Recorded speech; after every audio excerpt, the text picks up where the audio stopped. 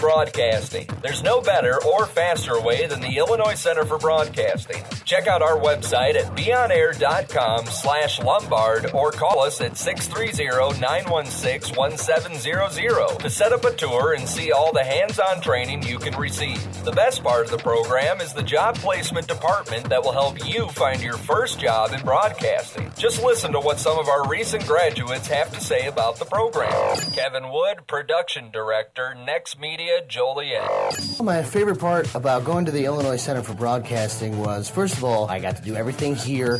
For anybody looking to get into the program, I would say be ready to learn, be ready to get in here and really take your skills to another level on your own. The instructors can show you how to do it.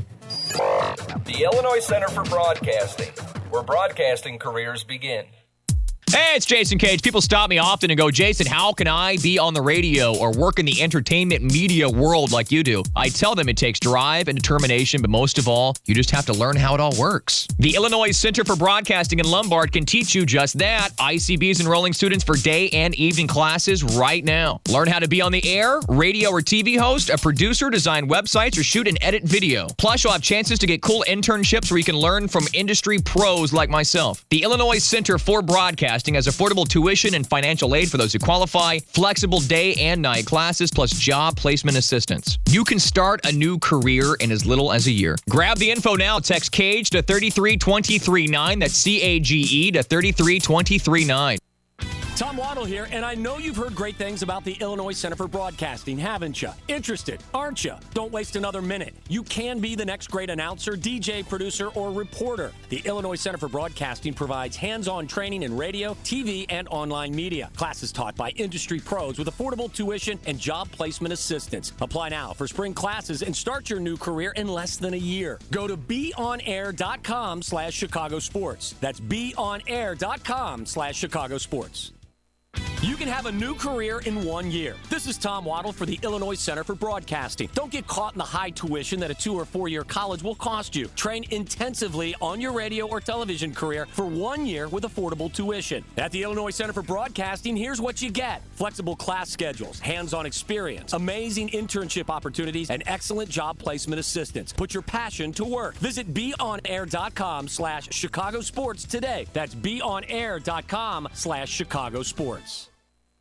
Your friend Tom Waddle here. You've heard great things about the Illinois Center for Broadcasting, haven't you? You're interested, aren't you? So why haven't you done anything about it? Don't waste another minute in a career you don't love. You can be the next great announcer, DJ, producer, or TV reporter. The Illinois Center for Broadcasting provides hands-on training in radio, TV, and online media. At the Illinois Center for Broadcasting, you'll learn key skills from industry pros while working with professional equipment on air and behind the scenes. Still need to keep the 9-to-5 job? Their flexible class schedules can work around any schedule. Short on cash? They have very affordable tuition and financial aid for those who qualify. You'll have access to amazing internships and job placement assistance when you graduate at top radio and TV stations like ESPN. Apply now for the Illinois Center for Broadcasting spring classes and start your new career in less than a year. Learn more at beonair.com/Chicago Sports. That's beonair.com/Chicago Sports. You love sports, but you need skills to work in sports broadcasting. Hey, this is Herb Lawrence. Get those skills, like I did, at the Illinois Center for Broadcasting in Lombard. Get hands-on training for a career in sports radio, TV, or digital media. With internships at Chicago sports stations, job placement assistance, and affordable tuition, you can get started with a new career at the Illinois Center for Broadcasting. Enrolling now for day or night classes, go to beonair.com/score. That's beonair.com/score. Start a new career in 1 year. What's up? It's Jonathan Hood from Chicago's Game Night, an instructor at the Illinois Center for Broadcasting. Don't get stuck with high tuition that a 2 or 4 year college will cost you. Train intensively on your radio or TV career for 1 year with affordable tuition. At the Illinois Center for Broadcasting, here's what you'll get: flexible day and night classes, hands-on experience, amazing internship opportunities, and excellent job placement assistance. Put your passion to work. Visit beonair.com/Chicago Sports. You know you want to. That's beonair.com/Chicago Sports. Hey, what's up? It's Jason Cage. You ever thought about branching out from doing crazy YouTube videos into maybe doing actual radio shows or TV shows? Maybe you're really good at sports broadcasting. Maybe you just want to kick it with famous people. Have stuff to tweet. I don't care what your motivation is. The Illinois Center for Broadcasting in Lombard is the fast track to getting a job in radio, TV, sports broadcasting. It's a one-year program. Go tour the campus and get signed up right now. You're going to love the place. BeOnAir.com/Cage. That's BeOnAir.com/CAGE. You can have a new career in 1 year. This is Tom Waddle for the Illinois Center for Broadcasting. Don't get caught in the high tuition that a 2 or 4 year college will cost you. Train intensively on your radio or television career for 1 year with affordable tuition. At the Illinois Center for Broadcasting, here's what you get: flexible class schedules, hands-on experience, amazing internship opportunities, and excellent job placement assistance. Put your passion to work. Visit BeOnAir.com/Chicago Sports today. That's BeOnAir.com/Chicago Sports.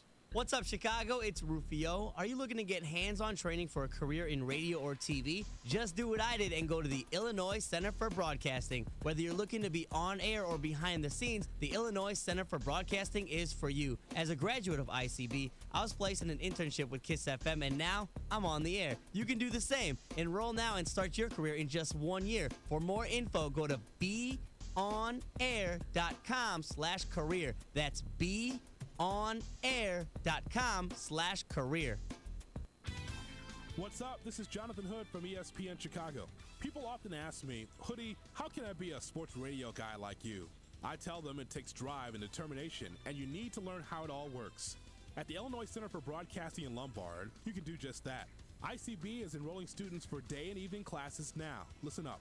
You can learn to be a sports talk show host, a producer, do play-by-play, and shoot and edit video.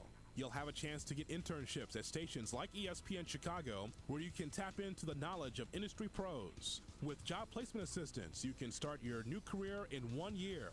I also teach at ICB, so I know firsthand that it's a great school to get the hands-on training you need for a broadcasting career, doing what you love.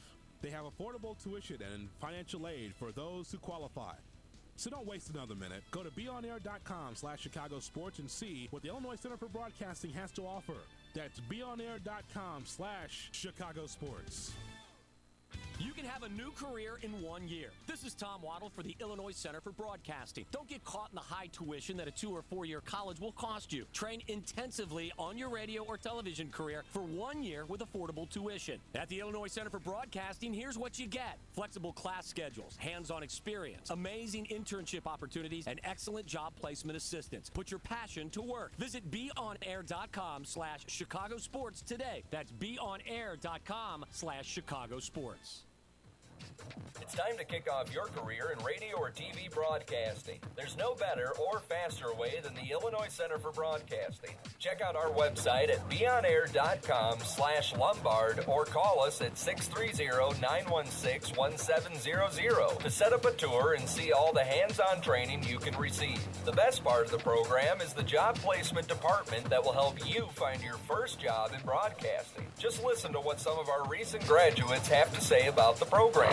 Kevin Wood, Production Director, Next Media, Joliet. My favorite part about going to the Illinois Center for Broadcasting was, first of all, I got to do everything here. For anybody looking to get into the program, I would say be ready to learn, be ready to get in here and really take your skills to another level on your own. The instructors can show you how to do it. The Illinois Center for Broadcasting, where broadcasting careers begin.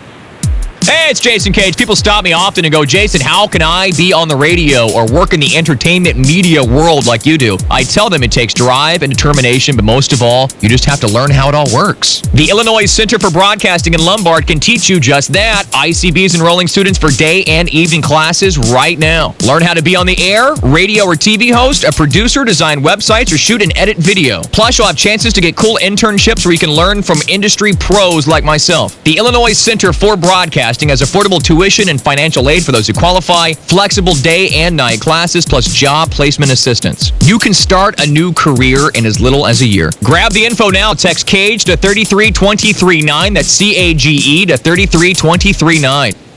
Tom Waddle here, and I know you've heard great things about the Illinois Center for Broadcasting, haven't you? Interested, aren't you? Don't waste another minute. You can be the next great announcer, DJ, producer, or reporter. The Illinois Center for Broadcasting provides hands-on training in radio, TV, and online media. Classes taught by industry pros with affordable tuition and job placement assistance. Apply now for spring classes and start your new career in less than a year. Go to beonair.com/Chicago Sports. That's beonair.com/Chicago Sports.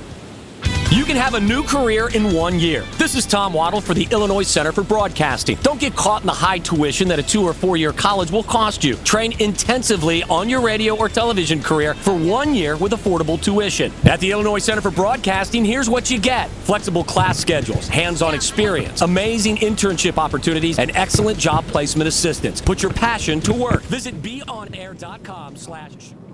This is Ashley with Sportstown Chicago, standing here with Matt Camp. Matt, how do you feel on your first game? I'm excited to play. My brother plays on the team, number 85, Joel. I'm just excited to get going with these guys, and they got a lot of good things rolling into the playoffs, so I'm just excited to get going. How do you feel playing with your brother? Good, yeah. This is the first time for about 5 or 6 years, so real excited. Glad we're both young and healthy still. Hopefully I can contribute. With all of the injuries, how is the team adjusting?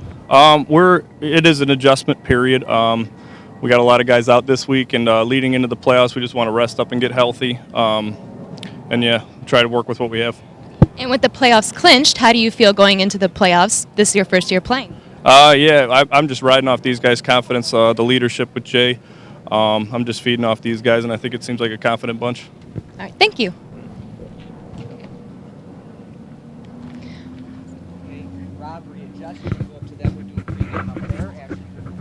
I'm John Stevens here today with Ryan Fahey as we're doing the Melrose. We're here in Melrose Park at Babe Serpico Memorial Field, where we're going to be watching the Chicago Vipers take on the Zion Atomic Swarm. Yeah, this is going to be a great game here tonight. As we looked up just a couple weeks ago, the Vipers took care of the Swarm on the road, actually, out in Grays Lake. Swarm obviously looking for some revenge tonight. Vipers, as Ashley mentioned, they have clinched a playoff spot. Vipers just looking to solidify that playoff position as well. Yes, you're right. And the Swarm, they actually have to win these next 2 games, or the Bulldogs, who are right below them. If they lose their 2 games, that's a guaranteed playoff spot themselves.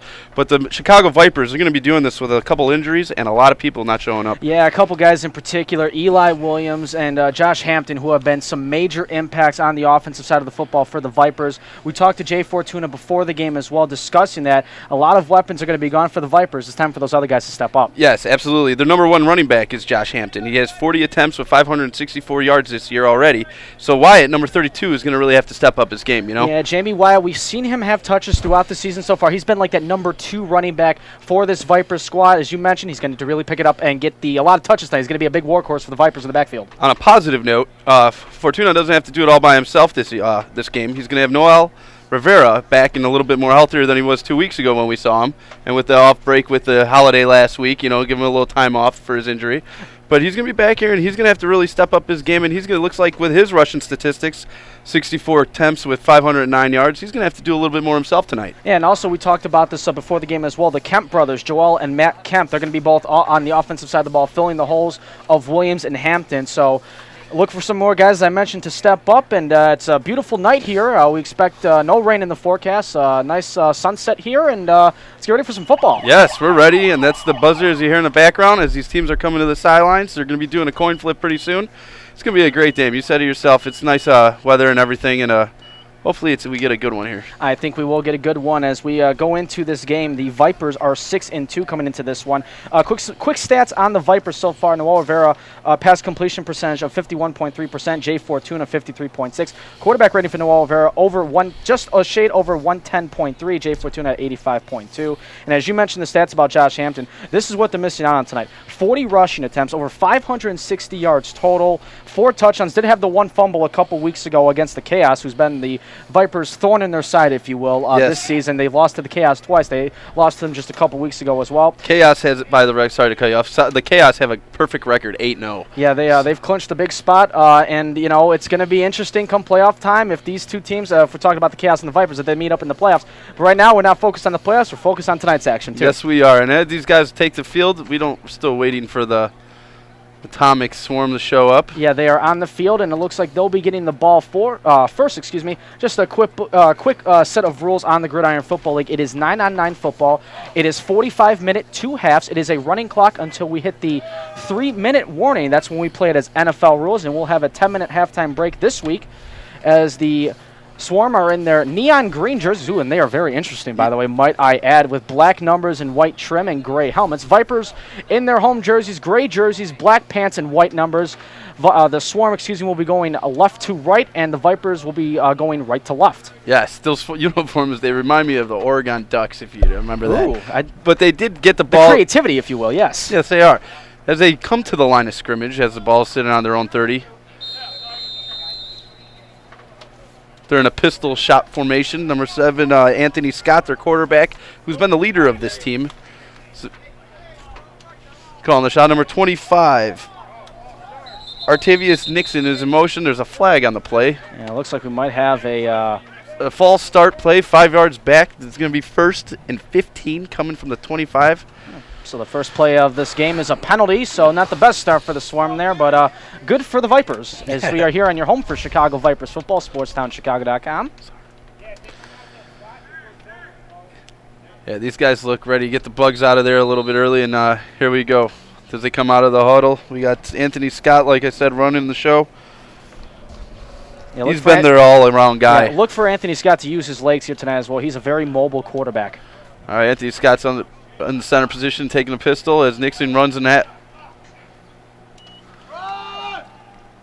Run up the far side there.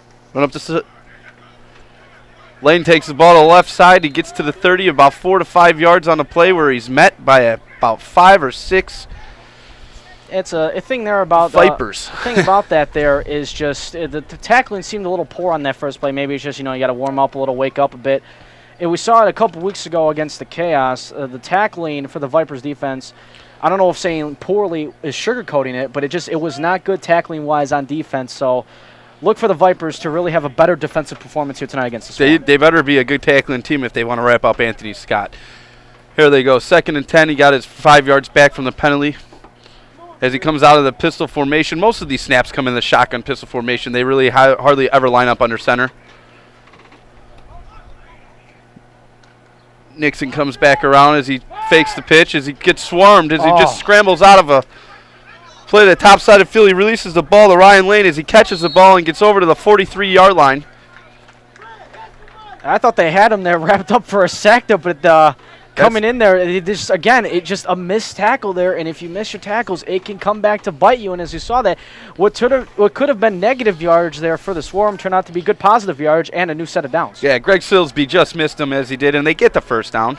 It's going to be 1st and 10 for the Swarm as they're going left to right, like Ryan said earlier. It's at the 43-yard line. They're in huddle right now.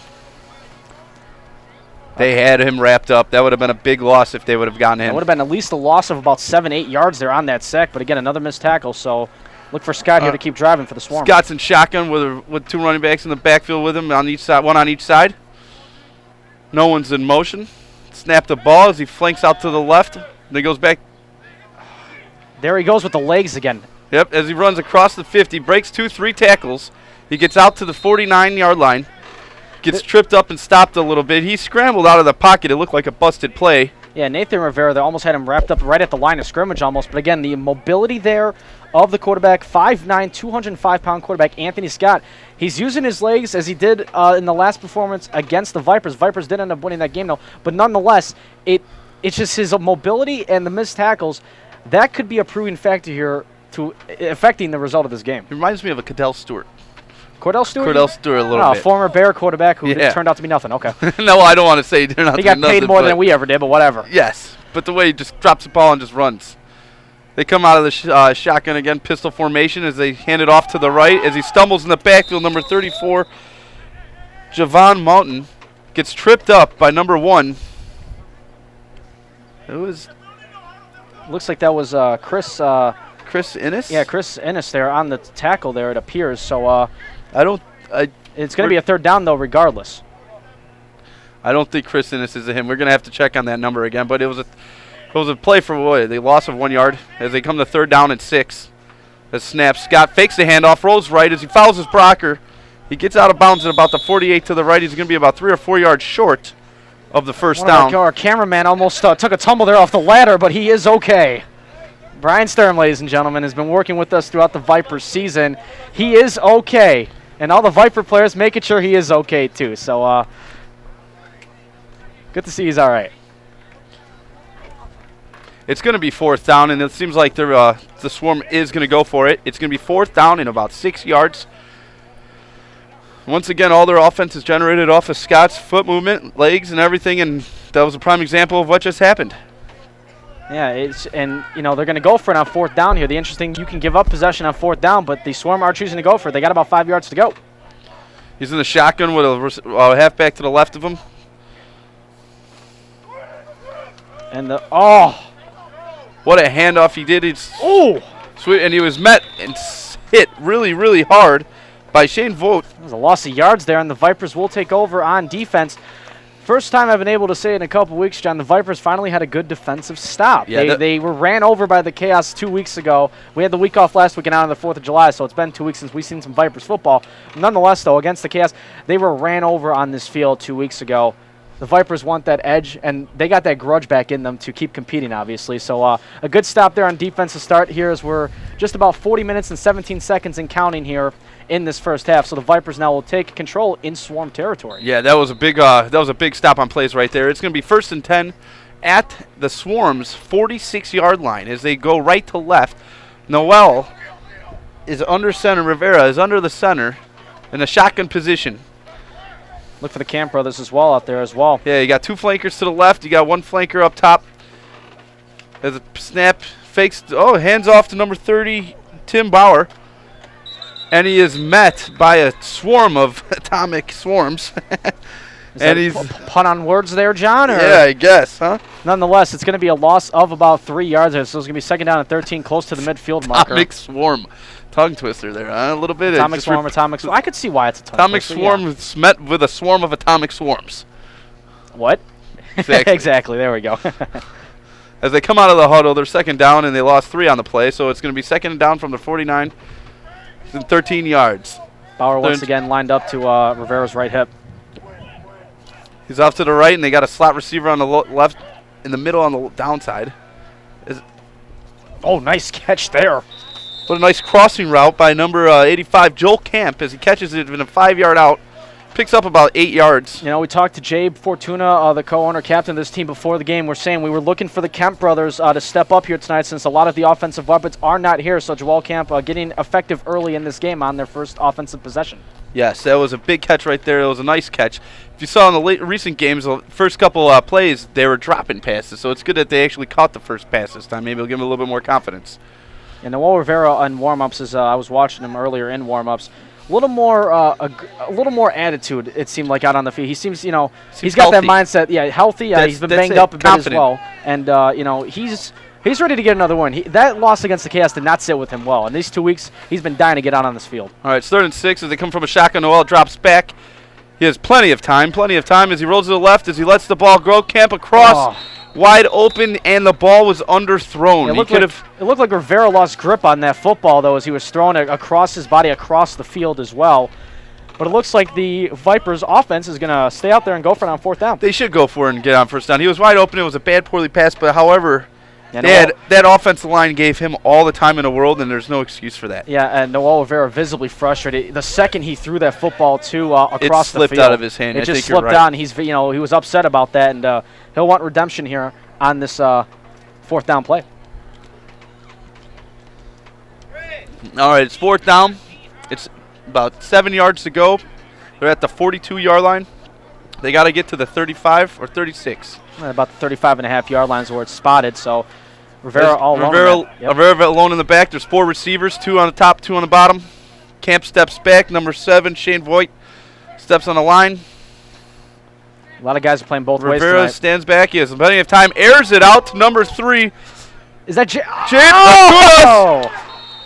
Is that He's down at the 1-yard line. What a play. Noel Rivera had a lot of time in the pocket and let the ball ride. And Jay Fortuna, what an amazing catch. What awareness by Jay there to make sure he turns around and catches the football completely, not trying to worry about the yards there, making sure he caught the football, kept completion of the football with the process as well. The newly engaged Jay Fortuna, might I add. We'll get to that a little bit later.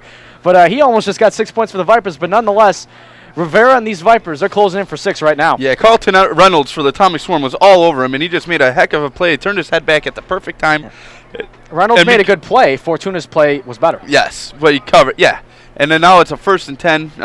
On the right at the Swarm's 1 yard half-yard line, if anything, as we have 36-13 and counting now left in this first half. They got 3 receivers, trips to the left, and they got one up top. Noel Rivera is in the back as Matt Camp goes in motion around as a sweep play. He looks to the left, runs to the left, and he pitches it to number 9.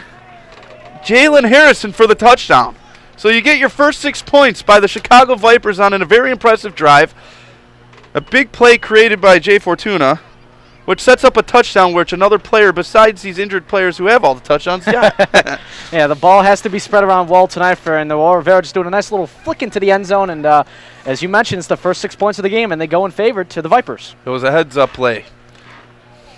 And it looks like Zach Criswell will be out to kick the extra point. Very impressive drive there for the Vipers and Noel Rivera.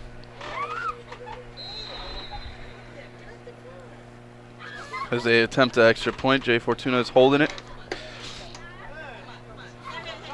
As the ball skipped to him, he was offsides. The play's going to still go. He gets tackled, but it's going to be an offside play. They're going to redo the play, I believe. Might have been also. It's not. I don't believe it was a false start. I don't think it was either, but we'll get the call in a second. It seemed like once the players moved, nope, the ball didn't want to move. It was offsides. They didn't give a number, but it was offsides coming around the right side of the line. Everybody seemed confused there. Some of the linemen jumped across that line and didn't know whether the ball should have been snapped or not. But Criswell will once again have a second opportunity to get this extra point. So there's 34-34 left to go here in this first half. As they retry the extra point, Jay Fortuna's holding the snap. Good snap. Holds down. Oh! It is blocked. Number 19 for the Atomic Swarm comes right up the middle. Octavius Gordon comes in 2 hands up and just slammed it right back down. Got through 2 offensive linemen there on the Vipers. He had just a clear shot at the kicker to try to block it, and sure enough he did. But the score will remain 6-0 in favor of the Vipers. Yes, it will. What a good play. Came right up the middle. Maybe you might think about going for 2 on the next couple touchdowns with that one. You never know. Just sometimes there's just that one blip on the radar. So, but Zach Criswell has been a very good kicker though throughout the season. So, I'm sure that the Vipers coaches and players will make sure he has another opportunity later on tonight to have an extra point. Well, it's a kick, I should say. All right. Well, we're not going anywhere. The Atomic Swarm is going to switch fields. They're going to be getting the ball at their own 30-yard line. As Chicago Vipers take a defense after they just went down the field after their first defensive stand to 4-0, 4 and out. They get the ball at the 30-yard line as they get the ball at the 30-yard line as Anthony Scott leads this offense in the shotgun position. 2 halfbacks, 1 on each side of them. 2 receivers, 1 up top. Number 80's on the bottom. And the handoff now going to the far side is. Once again, a couple missed tackles there, but the Vipers were able to get that one stopped right away. A gain of maybe, I think it looks like it's going to be a loss of a yard there. So good stop there by the Vipers. It was an east-west play that was kind of happening there for the Swarm, and the Vipers were there to stop it. So 32-48 left here in this first half still. 6-0 the score in favor of your Chicago Vipers. This is the home for Chicago Vipers football here on SportsTownChicago.com. Ryan Fahey, John Stevens with you as well. It's second down and 8, I believe, or maybe second down and 12. It looks is it like 12? It was a loss of yards, but they did not make the original statement of where it was. So it looks like second down and 12 now. It is 12. They're at the 28. I apologize. As they come back, they're in the pistol formation. Octavius Nixon goes in motion as Scott steps back as he starts scrambling. Oh. Another missed tackle by a Viper. And more ankle breakers. Scott, as he goes all the way down to the 46-yard line, he picks up a probably about 20-yard run after he scrambled out of the pocket, and another missed tackle by a Chicago Viper.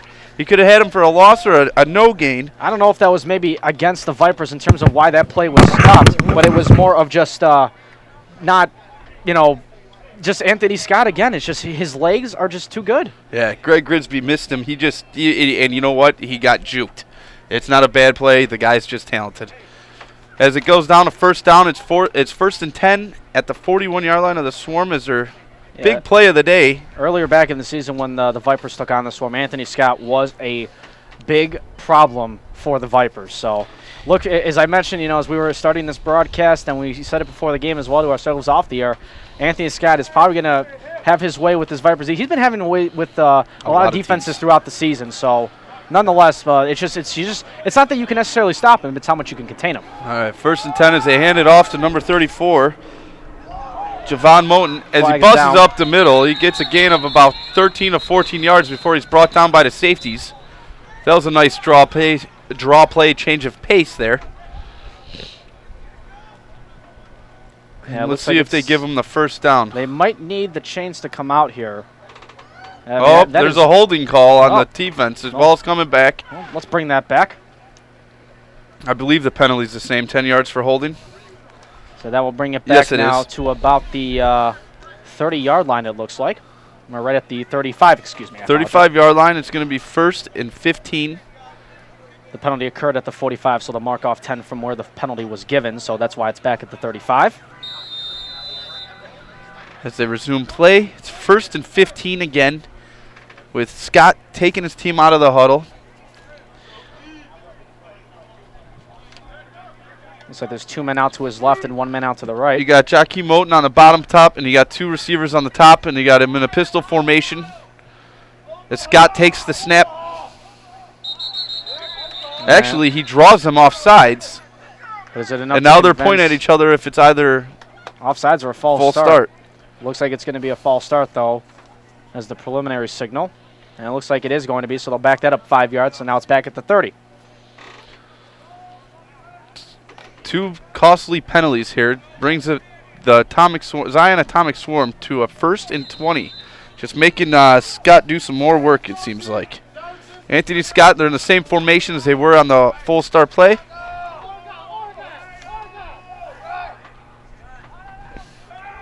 As they fake to Ryan Lane, they throw a screen pass out to Octavius Nixon as he breaks the first tackle, and then he's met by number 24.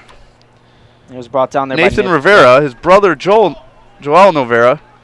Yeah, another missed tackle there off the screen play there on the far side. So that almost brings it back to the original line of scrimmage. So that was about a 7-8 yard play. So that brings it now to be 2nd down and 11.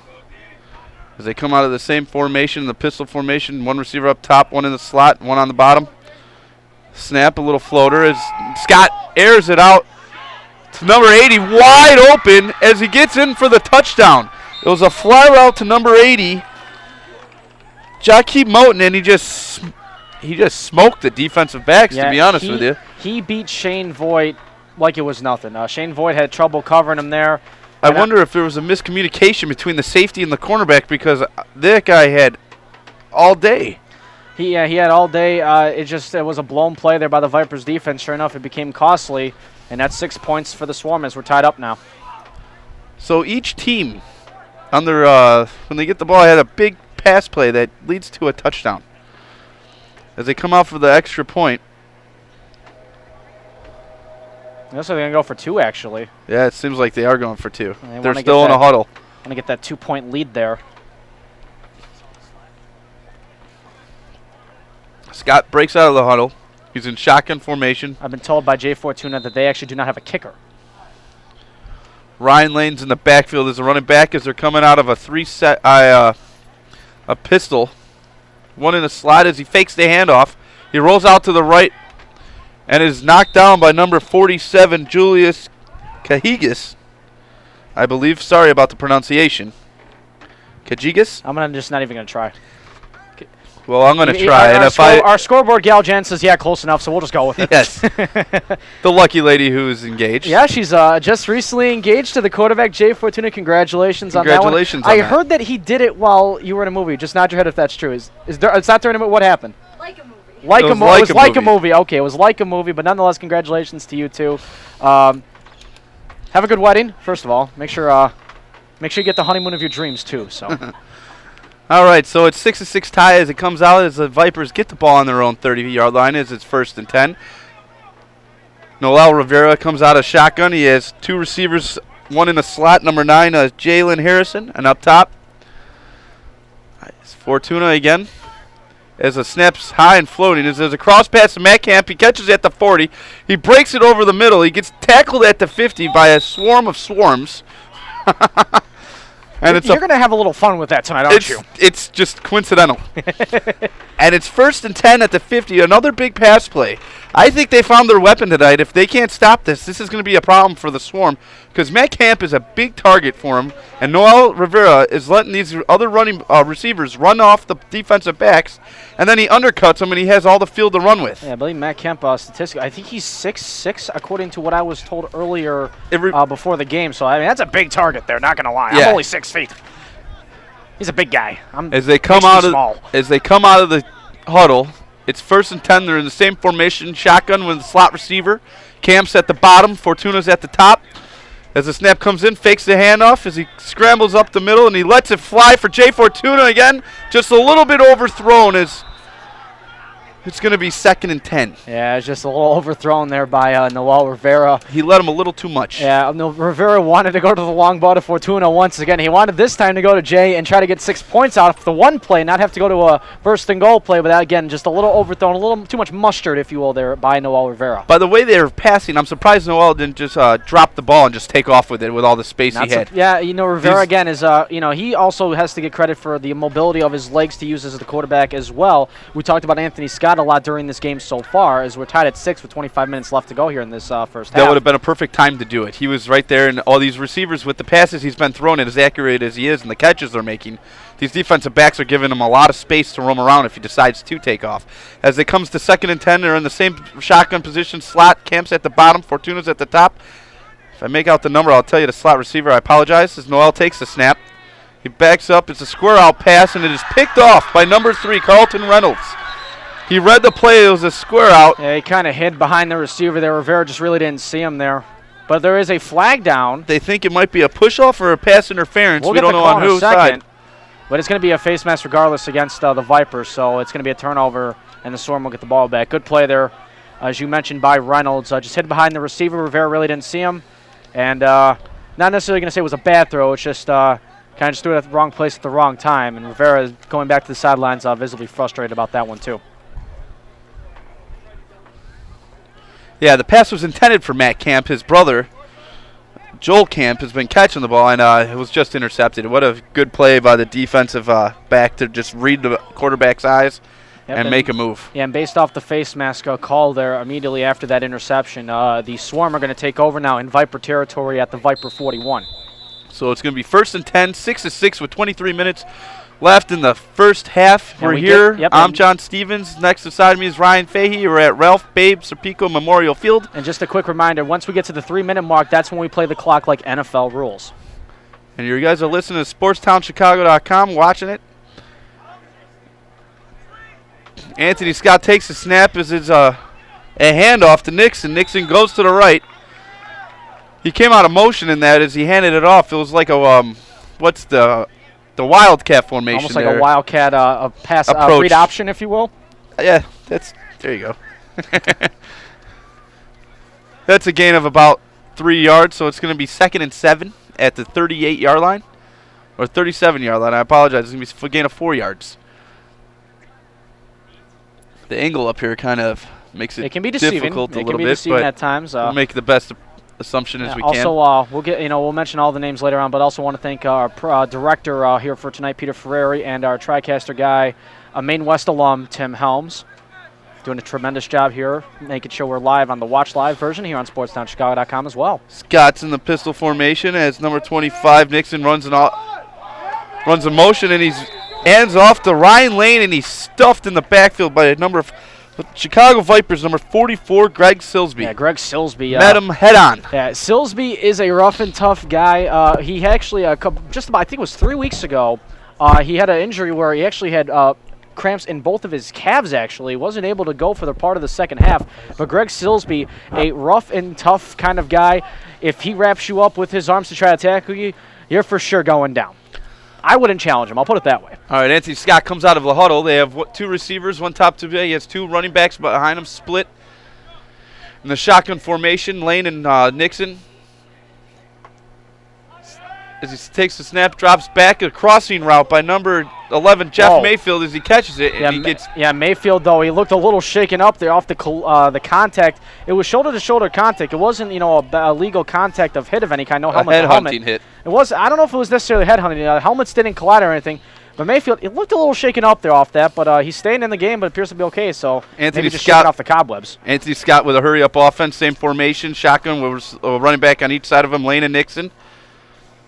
Mayfield up top as he comes back. Scott scrambles, number 14. Oh, Scott again with his legs. And it's Ryan Lane again getting the catch there. But it's Anthony Scott who has just been running this offense here for the Swarm. A very impressive job here by Anthony Scott in this first half as we have 20:52 to go. Scott, it seems like he can break out of almost any tackle that comes towards his way. Yes, he did there. Adetunya's grab, but it's 1st and 10. No, 2nd and it is 1st and 10 as they move the chains. That's what they're waiting for. Second down and about it's a new set of downs. Yes, 1st and 10 at the I'd like to say the 12-yard line, 15-yard line. They do a screen pass out to Nixon. Nixon catches the ball and he gets met at about the 5-yard line, or 11-yard line. I apologize. Yeah, a little risky there for Dixon. When you're up in the air like that and you're not able to protect yourself as you're going down to the ground and there's another potential hit coming your way, it can be a little scary at times, but thankfully nobody tried to make the extra hit on Scott as he was going down to the ground. So a good thing to obviously see none of that happening as we are now under the 20-minute mark of this first half, still tied at 6. Atomic Swarm slowing up their offense. If they just in the last 3 plays did a hurry up, they're huddling as they break out of the huddle. Anthony Scott comes out of the pistol formation where he has number 11, Jay Mayfield, right behind him. And Mayfield had that big catch earlier just on this possession as well. And he has Nixon to the side of him. As he hands off to Mayfield, Mayfield breaks to the right, and he breaks the tackle. Almost a horse collar tackle there. Got to be careful there if you're the Vipers on defense, but nonetheless, the grip was let go anyway. So it's going to be 3rd down. And I would like to say 6 or 4. It appears to be 6. I know from our vantage point here in the press box, we have to almost fall over to find out, but it looks like it's going to be about 3rd down. Hanging out the window over here. If we fall down, can somebody catch us? That's great. Pete Ferrer here to catch us? I don't know. There's somebody here in front of us. Great. It's 3rd down as they substitute, bring some people in, and they're in a huddle, slowing the pace down. It is a beautiful day out here as we get into It is a gorgeous night here. Temperature just where it should be. Cloudy sky, some cloudy skies, but as long as the rain stays away, we're going to be okay. About 75 degrees outside right now. It's beautiful. Oh, you're guesstimating the temperature now? Let's check my phone. Oh, okay. As Scott takes a shotgun, he hands it off to number 34, Javon Moten, as he cuts back, breaks a tackle up the middle where he's met by about 6 or 7 Vipers, but he still gets positive yardage. And he's going to be Is it enough for a 1st down? It is going to be, so it'll be 1st and goal right at about the 4-yard line. That was a good play. They set it up in a shotgun trips to the right with a halfback on the left backside of the running back, and they just did a draw right up the middle. It's 1st and goal. They're driving. Anthony Scott's legs are getting them down the field. Creativity is all over. And here we go, 1st and goal from the 3. So we're now under the 18-minute mark here of this first half. Scott's in shotgun with number 34 aside of him in the backfield, Javon Moten. And they have trips to the right. There they go, the snap. He fakes the handoff. He tries to roll out to the left with his legs. He gets it. He pitches it to Moten. He's wide open. Touchdown. Atomic Swarm. That was a great play there by Scott. He just did the pitch across his body, too, which was even more impressive. And that's 6 points, and it's 12-6 Swarm. Javon ran a well route there. He broke it perfectly, and he was wide open in the front end of the touchdown.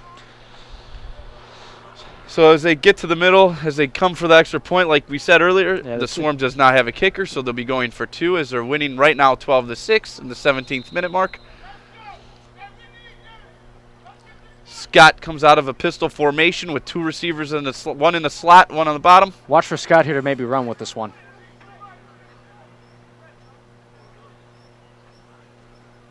The snap is a fake draw as he does an inside route. Incomplete. Tempted to number 25, Nixon.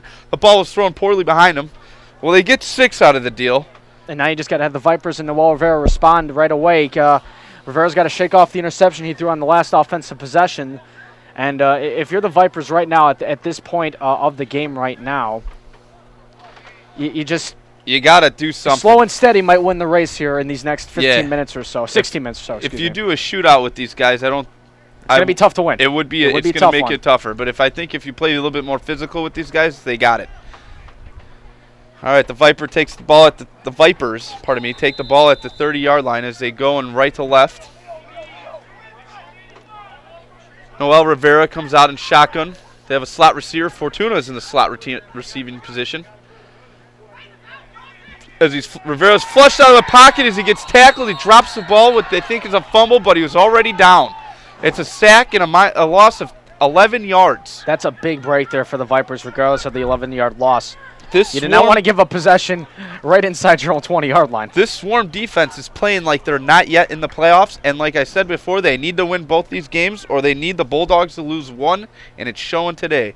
It's 2nd and 21 from the 19-yard line. Yeah, the Swarm are playing right now in this first half hour or so of this game. They're playing like a playoff team right now. They're playing playoff football right now. Yes, they are. They came to play. You got to assume the Vipers doing the same thing as well. They've clinched the playoffs, but they still want to strut that swag, if you will. Vipers come out of the same position. Shotgun, Noel Rivera gets the defense to jump off sides. It might be a false start, though. We'll check it in just a second. It seems like both guys went at the same time. And it's going to be a false start against the Vipers. So it seems right now that nothing really is going well for the Chicago Vipers. They have to do something. They need a big time play here. A couple bad breaks is basically what it's been. I know Rivera just got sacked on the couple plays ago, almost losing the football on a fumble. Nonetheless, though, kept possession as his knee did touch the ground before the ball did come loose. But if you're Noel Rivera in this Vipers offense, you got to keep moving on. Don't let emotions get to you in particular either, because emotions were really running high when the Chaos had a quick 20-0 lead 2 weeks ago. It's 2nd and 21. Noel is in the shotgun, gets the snap as he flushes out of the pocket to the right. He rolls right. This is where he runs. Starts taking off, and he is caught from behind by number 40 with closing speed. Jahari Johnson just out of nowhere, like the freak, comes up out of behind him and tackles him. He does get positive yardage out of a deal. That's a positive. Gets him a little bit away, and the ball will be spotted at about the 25-yard line. So it's about a gain of 9 yards on that scramble. But it's going to be still 3rd down and a ways to go. I think it's about 3rd down and just about 15 yards to go here to try to convert. They need to get to the 40. The best thing about that is that they got to stay promised to the run, because Noel Rivera, just like Anthony Scott, could break it at any time.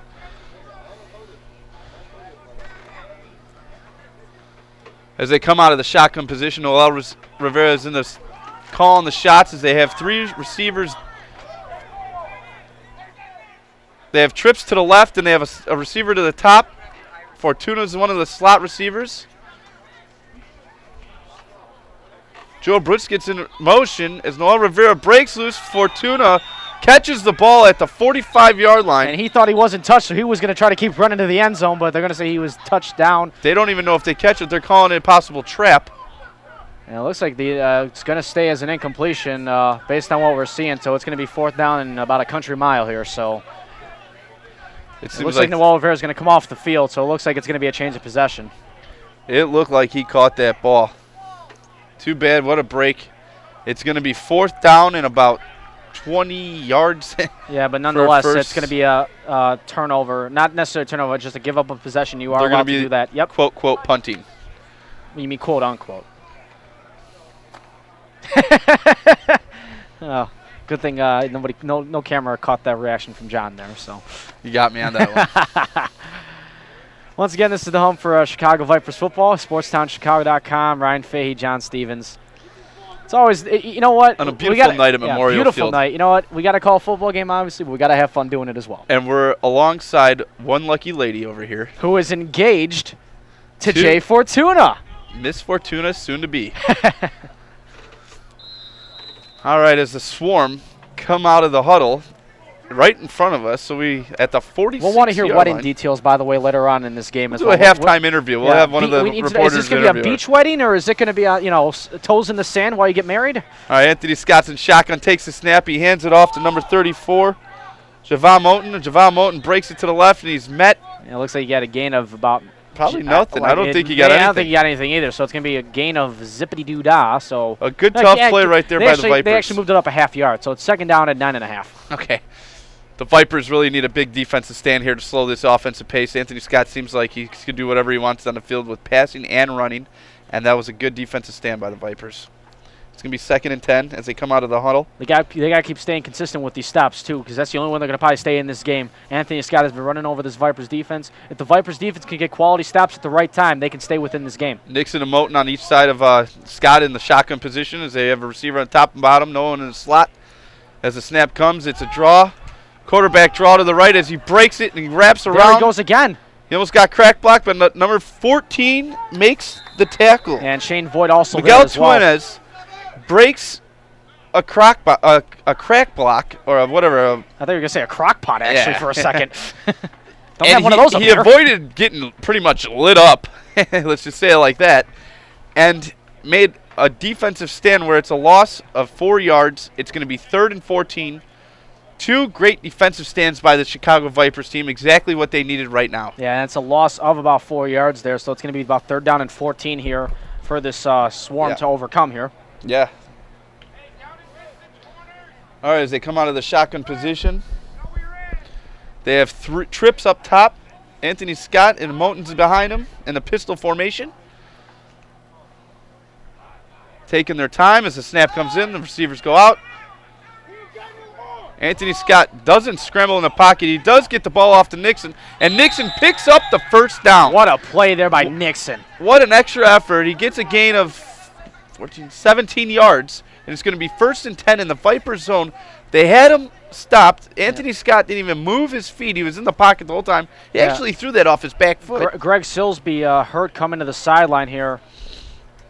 Looks like he's got a cut on his left arm, it looks like, so he'll need to get checked out. It's going to be 1st and 10 from the 42-yard line in the Vipers zone. They can't catch a break. They had him, too. What great play by both teams so far. Swarm have just been providing some tremendous plays. When you think the Vipers have them wrapped up on a 3rd down play, the Swarm will say otherwise. The thing they need to take into the half is they got to finish their tackles. All right, they're in a shotgun position. They have trips. Timeout is called by the Chicago Vipers. The refs acknowledge it as the snap went off. And Greg Silsby getting treatment on the sideline as well. Hopefully we'll provide an update later on as well. Hopefully Greg Silsby is okay. Clock is stopped now at 8:53 off that timeout. Score is still 12-6 in favor of the Swarm here against the Chicago Vipers. Your home for Vipers football, SportsTownChicago.com. Ryan Fahey, John Stevens with you. I want to thank our director tonight, Peter Ferrari. Dr. Pete, who, by the way, needs to have a couple golf lessons or 2, or 3 or 4. Probably one of the funniest YouTube videos he's posted ever. If anybody has not seen the golfing video of our wonderful program director, you need to go see it. His cameraman trying to show off Pete's swing, and Pete hit somebody in a bad area, and, well, you can kind of figure it out from there. Hit him in the family jewels. Sure. But here's a timeout right now. We'll get back out. We'll get back at him on the course as well. So these Vipers, they're playing tough. A hot, nice 75 degree night. Wait till the polar vortex comes next week. The lows are supposed to be in the 40s. I mean, only in Chicago. I guess only in Chicago. So maybe we're gonna have snow in the middle of July. You heard it here first. If I'm calling it right now, break out the shovels. It's July.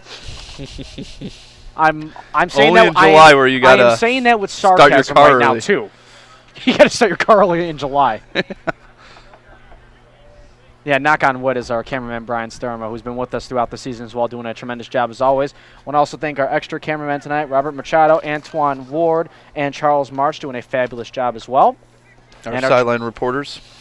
Yep, our sideline reporters, Maria Garcia and Ashley McClintock, who we'll be hearing from later on tonight as well. Our TriCaster guy, Tim Helms, doing a fantastic job tonight as well. And our director, as I mentioned, Dr. Peter Ferrari, who needs, again, golf license. And a newly engaged Jen, who is with us here on the scoreboard.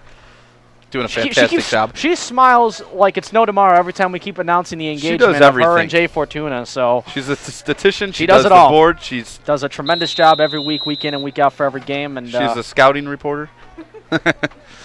All right, as we get back to resuming play, Anthony Scott's in a pistol formation. They have 3 receivers, 1 in the slot. I want to say number 34, Javon Moten's behind him. Staying in the block as Anthony Scott airs it out on a fly route to number 88.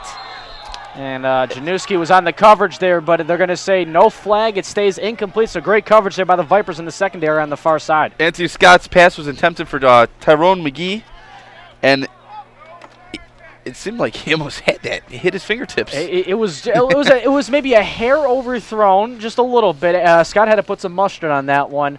But great coverage there by Januski as well, so got to give him credit as well. I would like to say that was great pass coverage, too, by the Vipers with keeping Anthony Scott, once again, in the position of not being able to scramble and use his legs as a weapon. Yeah, that's been the key here so far. You need to keep him in the pocket. Yeah, that's been what the big stops have been for the Vipers. Whether it's been on handoffs or just plays where Scott has been able to throw out of the pocket, it seems like the Vipers have had more success with Anthony Scott staying in that pocket to try to contain him as much as possible. As we come up to 2nd and 10 at the Vipers' 42-43-yard line. They're in the same formation as the last plays, in a pistol formation, three receivers, 1 in the slot. Anthony Scott gets it as they come around on a reverse. Nixon is met by 2 Vipers, and he breaks out of the tackle. You got to be 3 or 4 tackles before number 1 on the Vipers can get him. We're still waiting to get a name for number 1 because he's a new player.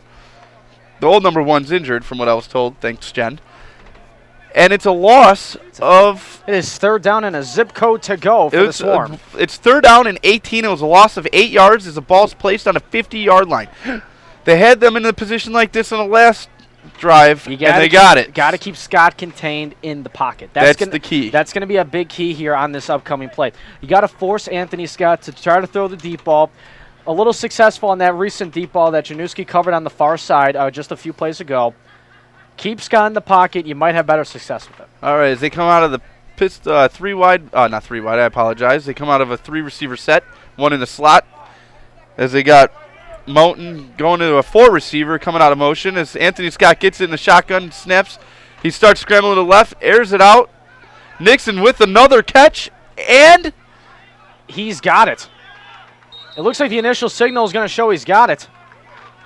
And they do. They got another first down on 3rd and 18. That's a gain of 22 yards. Unbelievable play there by Anthony Scott. This Swarm offense, they love it apparently when they're 3rd down and they got a long way to go. You know who it reminds me of? I'm going to change my prediction from earlier of Cordell Stewart. It's Vic to McCoy. That's his safety outlet. Every time something bad happens, he always finds Michael Nixon. Vick to Shady McCoy?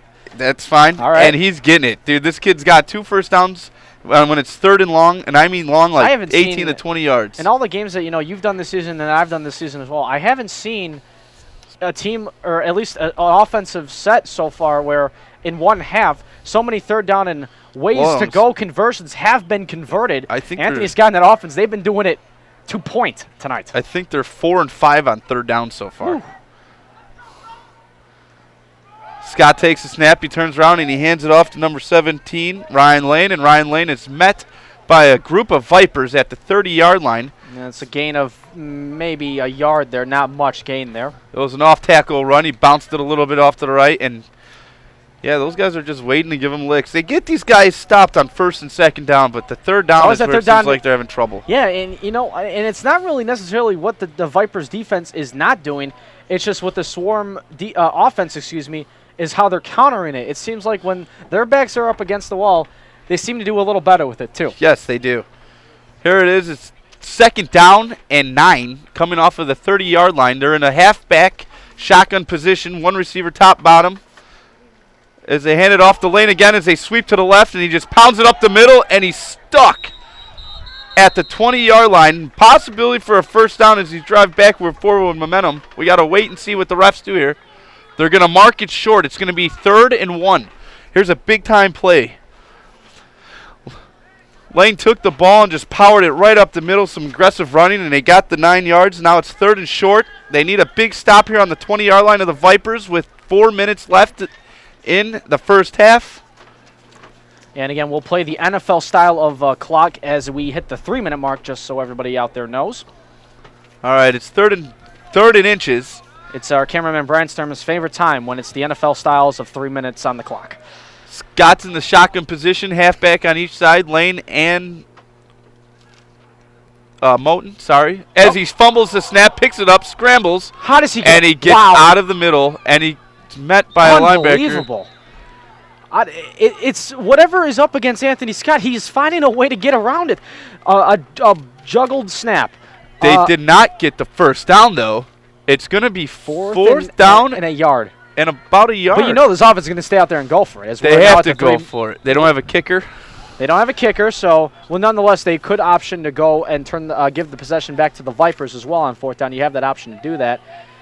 As it appears we might be having a timeout on the field, actually. We do have a timeout, so the clock will stop. And the timeout will be charged to the Swarm. So the clock will stop with 3:16 left to go here in this first half. As coming up at halftime, our silent reporter Maria Garcia will chat with Vipers quarterback Noel Rivera. I just got information that number 1 is not Chris Ennis today. It's Vince Nicoline. Vince Nicoline. Okay, so who's made those? He's made 2 big plays today, and we apologize that we didn't get the number fast enough. You almost couldn't read your own penmanship there. Yeah. You gonna be okay? Oh, I'm good. Okay, all right. I gotta make sure you're taken care of here, John. Always gotta. All right. I always put others ahead of me. Always it's always gotta. Great the work side, along with Ryan Fahey, the man.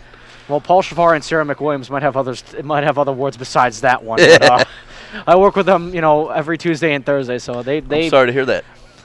Me too. Yeah, they got to put up with it too. So as we are now just at the 3-minute clock now. 3 minutes are now going to be put on the clock as we are now entering the NFL style of rules here. So once at the 3-minute mark, any incomplete passes, any player going out of bounds, the clock will stop along with timeouts as well. If the play does stay in bounds, the clock will continue to run. But as I just mentioned, timeouts, incomplete passes, and players running out of bounds, that will stop the clock.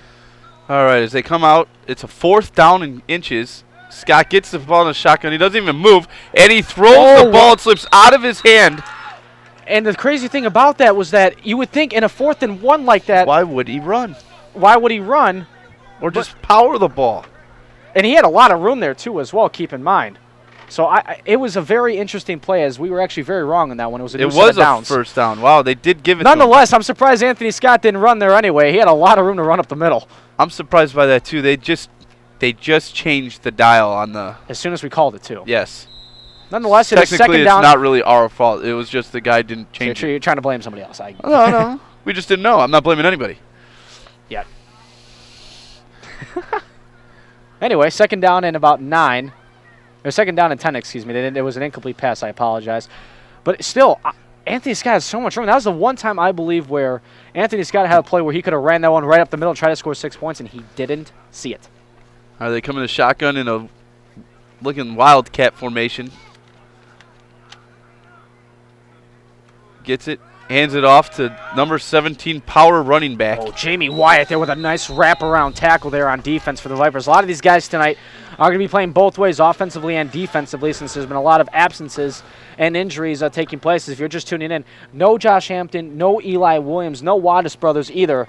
There's so a lot of injuries and absences, a lot of weapons taken away from the Vipers as they're not here today.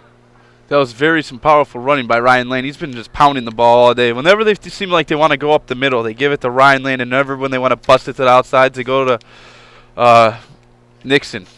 Or even sometimes Scott's just They have their weapons ready to go tonight. They're ready. They're healthy, and they're running. Like we said, this is playoff football for them. We are now just under the 2-minute mark now of this first half. Is that a carnival with lights? There is a carnival on the other side of the town. There is a carnival. Maybe we'll go there later if you want, okay? Get some ice cream and cotton candy. I'll buy you a funnel cake. As timeout has been called on the field, so the clock will stop at 1:59. Score is still 12-6 in favor of the Swarm.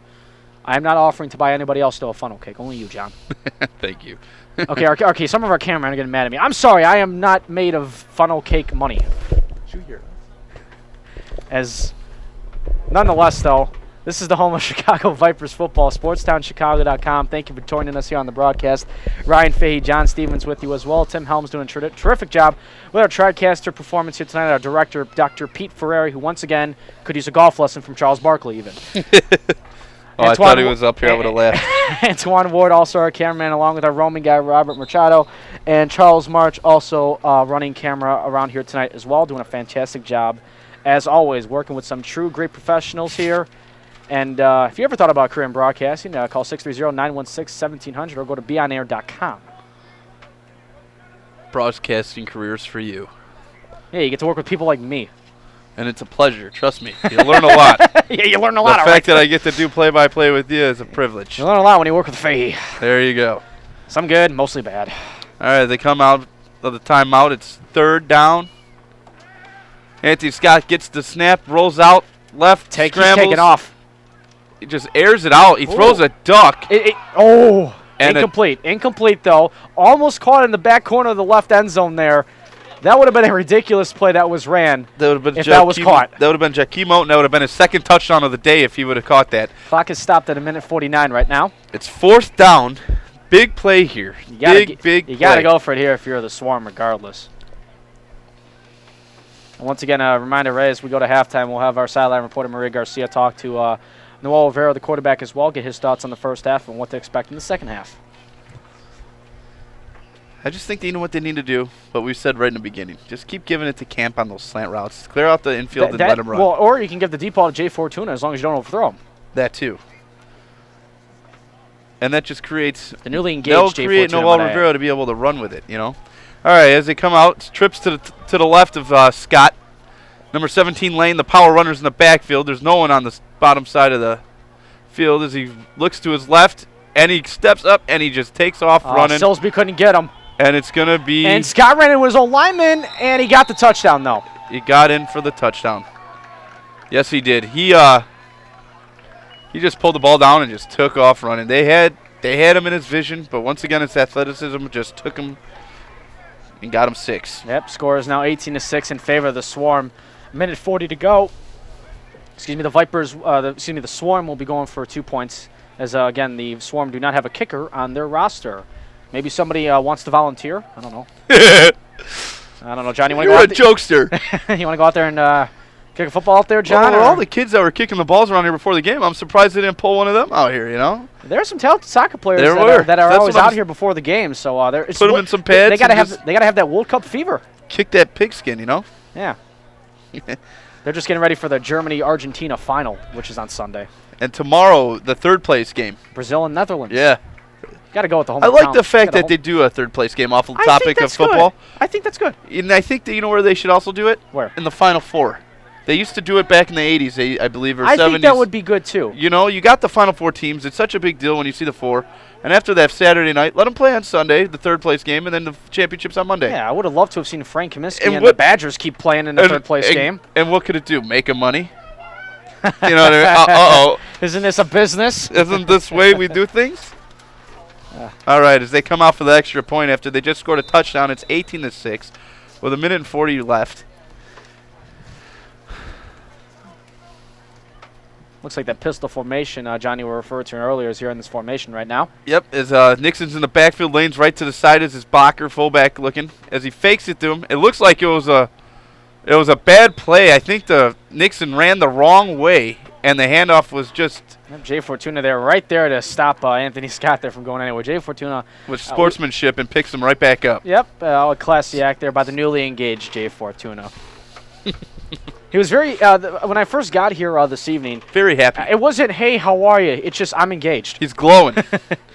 Yeah, it doesn't say, he doesn't say, hey, how are you? How's it going? How was your 4th? Yeah, I'm engaged now. Just goes out with it right away. Yeah, I love the attitude about it. The confidence. Confidence. All right, they got 1:40 to do something here. They had a good drive in the first drive of the game, in the first half of this half, as Noel Rivera is alone in the backfield. 4 receivers, 2 up top, 2 in the bottom. Slot receiver, you got Camp and you got Fortuna. Rivera gets it. It's a flag on a play, probably holding. Yep. He just throws the ball out there. It doesn't matter. It's going to be coming back anyways. It was intended for number 22. It was just a little in front of Joey Bruskis there. Bruskis. Bruskis. Pronunciation. I apologize. She gets engaged, and now she's giving the correction. So she's doing it all tonight for us here. I'm sure a couple of these guys will be there, standing up. They're family here. All right, it brings it to second, and actually, I wonder if we've ever broadcasted a wedding. Play-by-play. Oh, here comes Jay down the aisle. Actually, it's 1st and 5. It was offsides. It was an offsides call. It was so they had a free play. Yeah, basically, as you mentioned, free play. As we have 93 seconds left here in this first half. All right, as they come out of the shotgun position, they have 2 receivers top, 2 receivers bottom. They have Camp and they have Fortuna in the slots. And the pass is a Camp, and another great catch by him as he's tackled by 5 atomic swarms. And they get the ball at the 40-yard line. The clock continues to run with a minute and 15 seconds. So hurry-up offense is in place. Yeah, Rivera's getting everybody going. To give some energy. Yep. They need a score here. Rivera's got that sense of urgency right now. Camp in the slot, 4 receivers. Fortuna's at the top in the slot. As the snap comes to Rivera, he stays all the time in the pocket. He starts moving to the left.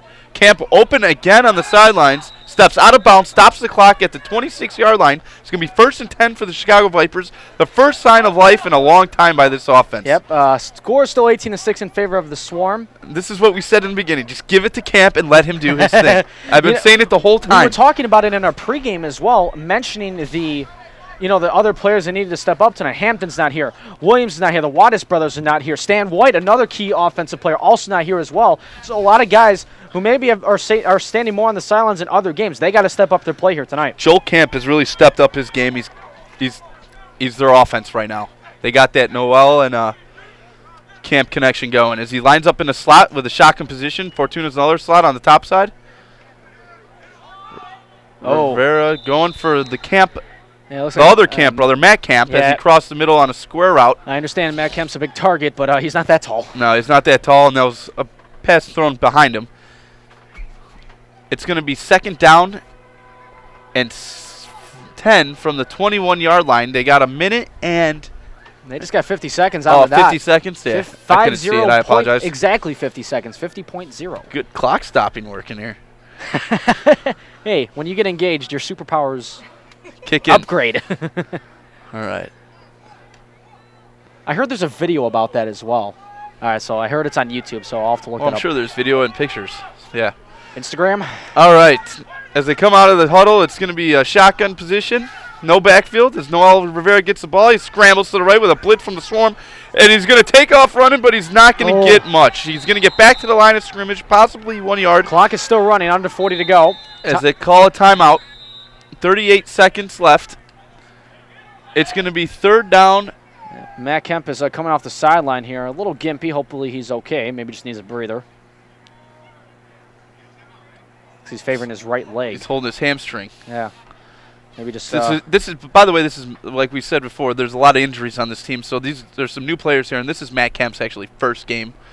So he's probably getting a little hello, how you doing, wake-up call. Get the masseuse out tomorrow. He has been pretty effective here so far in this first half for the Vipers. So, yes, he has been very impressive. Him and his brother and Fortuna, the receiving core, has been carrying this team, which is usually carried by running.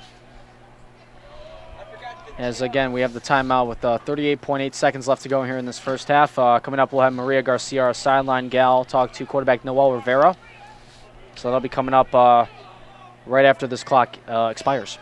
All right, as they come out of the timeout, they're in the shotgun position. No running backs next to Noel. Everyone's on the line. Slot receiver Camp, and Fortuna's at the top of the screen. Slow snap, bounces into him, catches it. He's scrambling off the bat. He needs some help, though. Oh, and Jay almost caught the deflection off. It could have been intercepted, and then it could have been caught by Fortuna. I think Jay Fortuna broke up an interception and played defense there as the ball was just thrown up. But number 44 got laid out. Their captain, Todd Bland, almost got Rivera, and as he came back around, he just got blocked hard. He had to keep his head swivel, or that's how you get injured. That's going to be 4th down now and 10. Offense appearing to stay out there for the Vipers right now with this 29 seconds left. So one last chance here, it appears, for the Vipers to potentially strike and score. What a great defensive play by Todd Bland, rushing Rivera to get him in a hurry. It looked like a sure interception at first, and then Jay Fortuna, as you mentioned earlier, he had to play his own defense to just try to get that ball down at that point. Yes, that was a smart play right there. All right, it's 4th and 10. We got 29 seconds left in the half. Rivera's in the backfield by himself. 4 receivers, 2 up top, 2 on the bottom. Camp in the slot. Rivera gets the snap. He stems back. He gives it to Camp a little too over his head. Yep. And it's a turnover on downs with 24.5 seconds left in the first half. An opportunity which looked promising in the beginning of this drive comes to a halt. It's going to be 1st and 10 for the Atomic Swarm, as they probably are just going to run the clock out here, and they're going to run it to the half. Let's see what they do here. The way they're moving, I wouldn't be surprised if they even try to get 1 or 2 off. Well, yeah, and it would not surprise me either. I completely agree with you on that one, John. One of their touchdown plays came from a big touchdown pass from Anthony Scott to what's his name? I apologize. Earlier today, Moten. Jakeem Moten. We've also mentioned, with the Vipers offense, you mentioned earlier in the game, Tim Bauer out in the backfield since Eli and Josh Hampton are not here tonight. Haven't seen much of Bauer so far in the first half. It seems like they're abandoning the run. It seems like they're playing catch-up, and that's not their style of game. As the defense comes to the field, and Anthony Scott's in shotgun 4 receivers, the prevent defense is on for the Vipers, so nothing gets behind them. They are going to play. Throws it over the middle to Nixon. Nixon catches the ball over the 40, gets a gain of 20 yards. Yeah, and he did step out of bounds, so the clock will stop with exactly 18 seconds. What do you do here? Keep going? It appears you can just keep going at this point. I mean, I know the Swarm don't have a kicker, but the way they've been running with their offense here against the Vipers, they've seemed to almost have no problem, especially on 3rd downs in particular. We talked about that earlier too. That seems like they 1st and 2nd down they've been doing great, but the 3rd down's been killing them. The deep pass. As they come out to the line of scrimmage, they got 4 receivers, 2 on top, 2 on bottom. Anthony Scott takes the snap. He's scrambled out of the middle. Greg Silsby almost got him. Again. Oh. And once again, his athleticism takes him around to the right as he's coming to the 50-yard line, gets the first down, runs out of bounds, stops the clock at about 8 seconds left, 7.8 seconds left.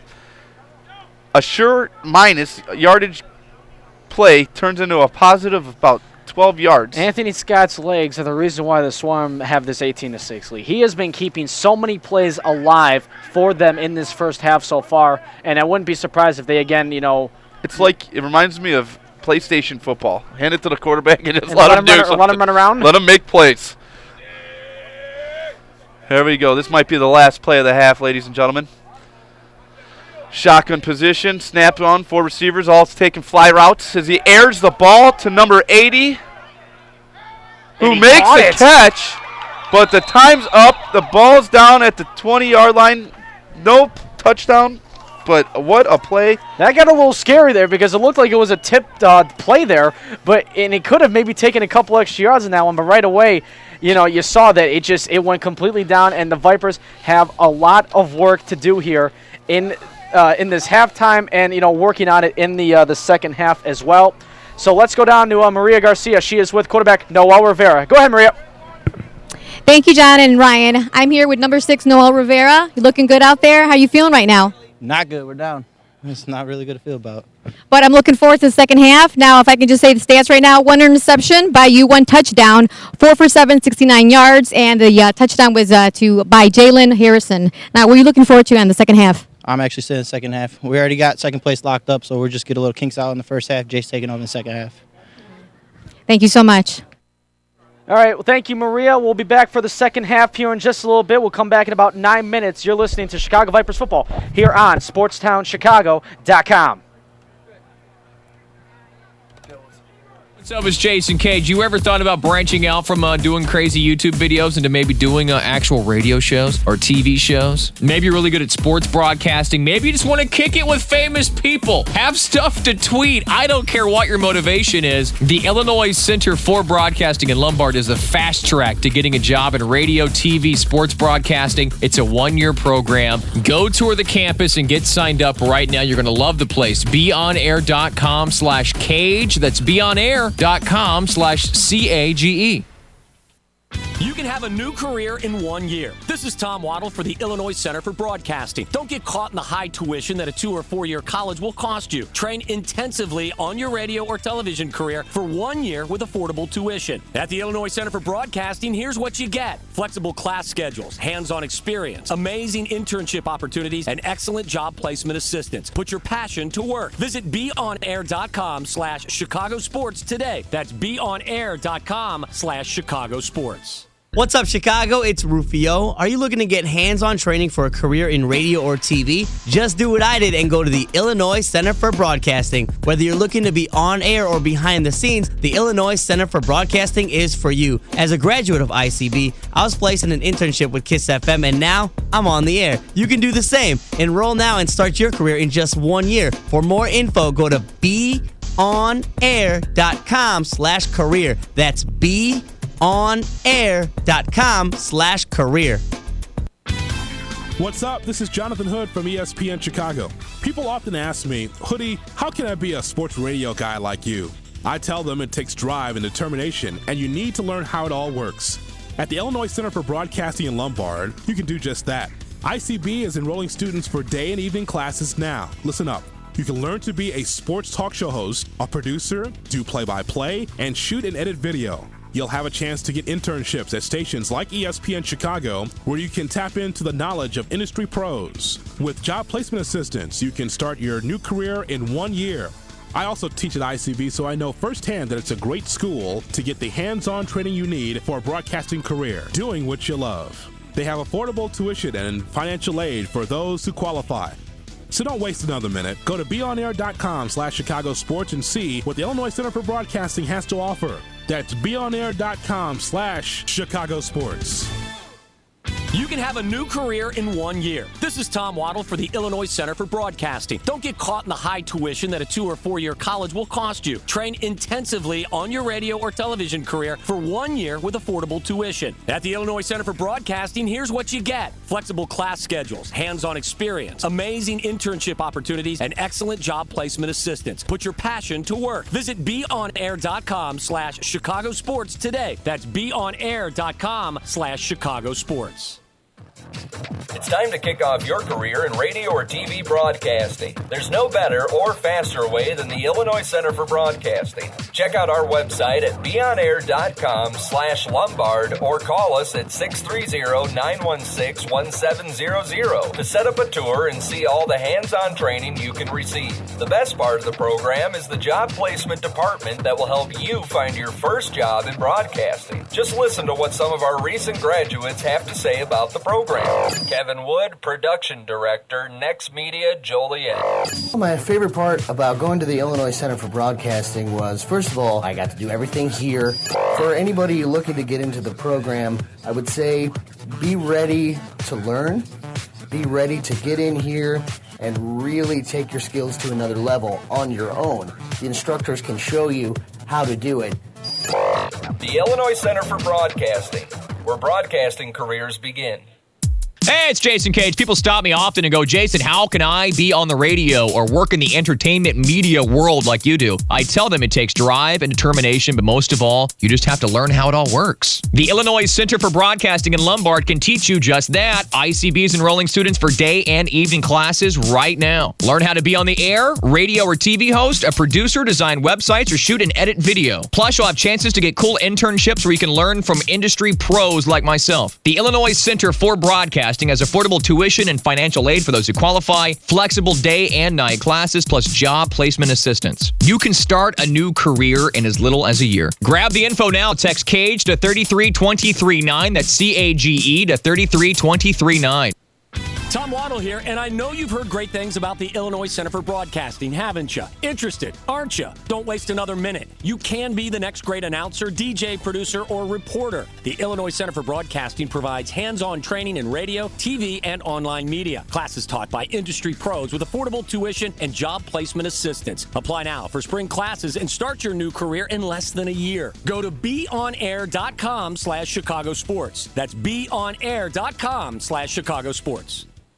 You can can have a new career in 1 year. This is Tom Waddle for the Illinois Center for Broadcasting. Don't get caught in the high tuition that a 2 or 4 year college will cost you. Train intensively on your radio or television career for 1 year with affordable tuition. At the Illinois Center for Broadcasting, here's what you get: flexible class schedules, hands-on experience, amazing internship opportunities, and excellent job placement assistance. Put your passion to work. Visit beonair.com/Chicago Sports today. That's beonair.com/Chicago Sports.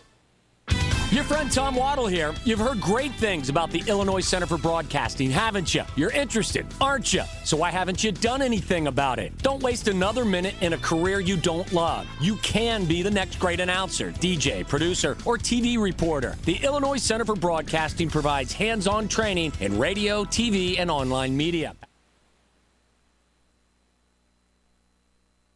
And we're back here on SportsTownChicago.com. Ryan Fahey, John Stevens. Right now, we'll go down to Ashley McClintock, who's with Vipers quarterback Jay Fortuna. Good evening, Ashley.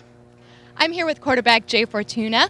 You're down 6-18 after the first half. What are you going to do to spark the offense? Well, we're going to get away from the one-dimensional game we've been playing. We've been passing the ball way too much. We're going to go out there, run the ball a little bit, use some play action, change things up a little bit. We got some fresh guys coming in, so hopefully the second half will go a lot better for us on offense. Well, good luck. Thanks. You. Back to you guys.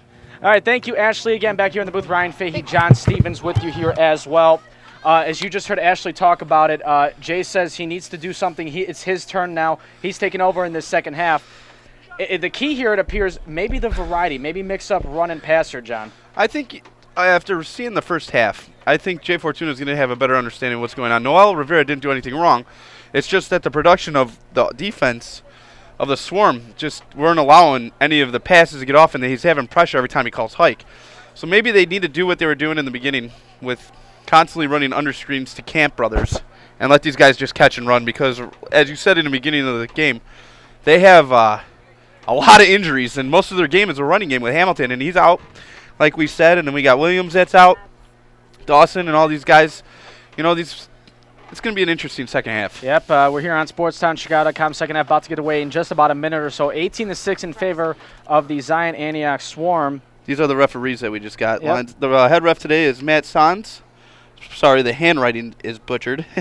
The two linesmen is John Jacobsby and Patrick Murphy. And the back line judge is Mike Taylor. So we got our referees' names out there. We might like to thank those gentlemen.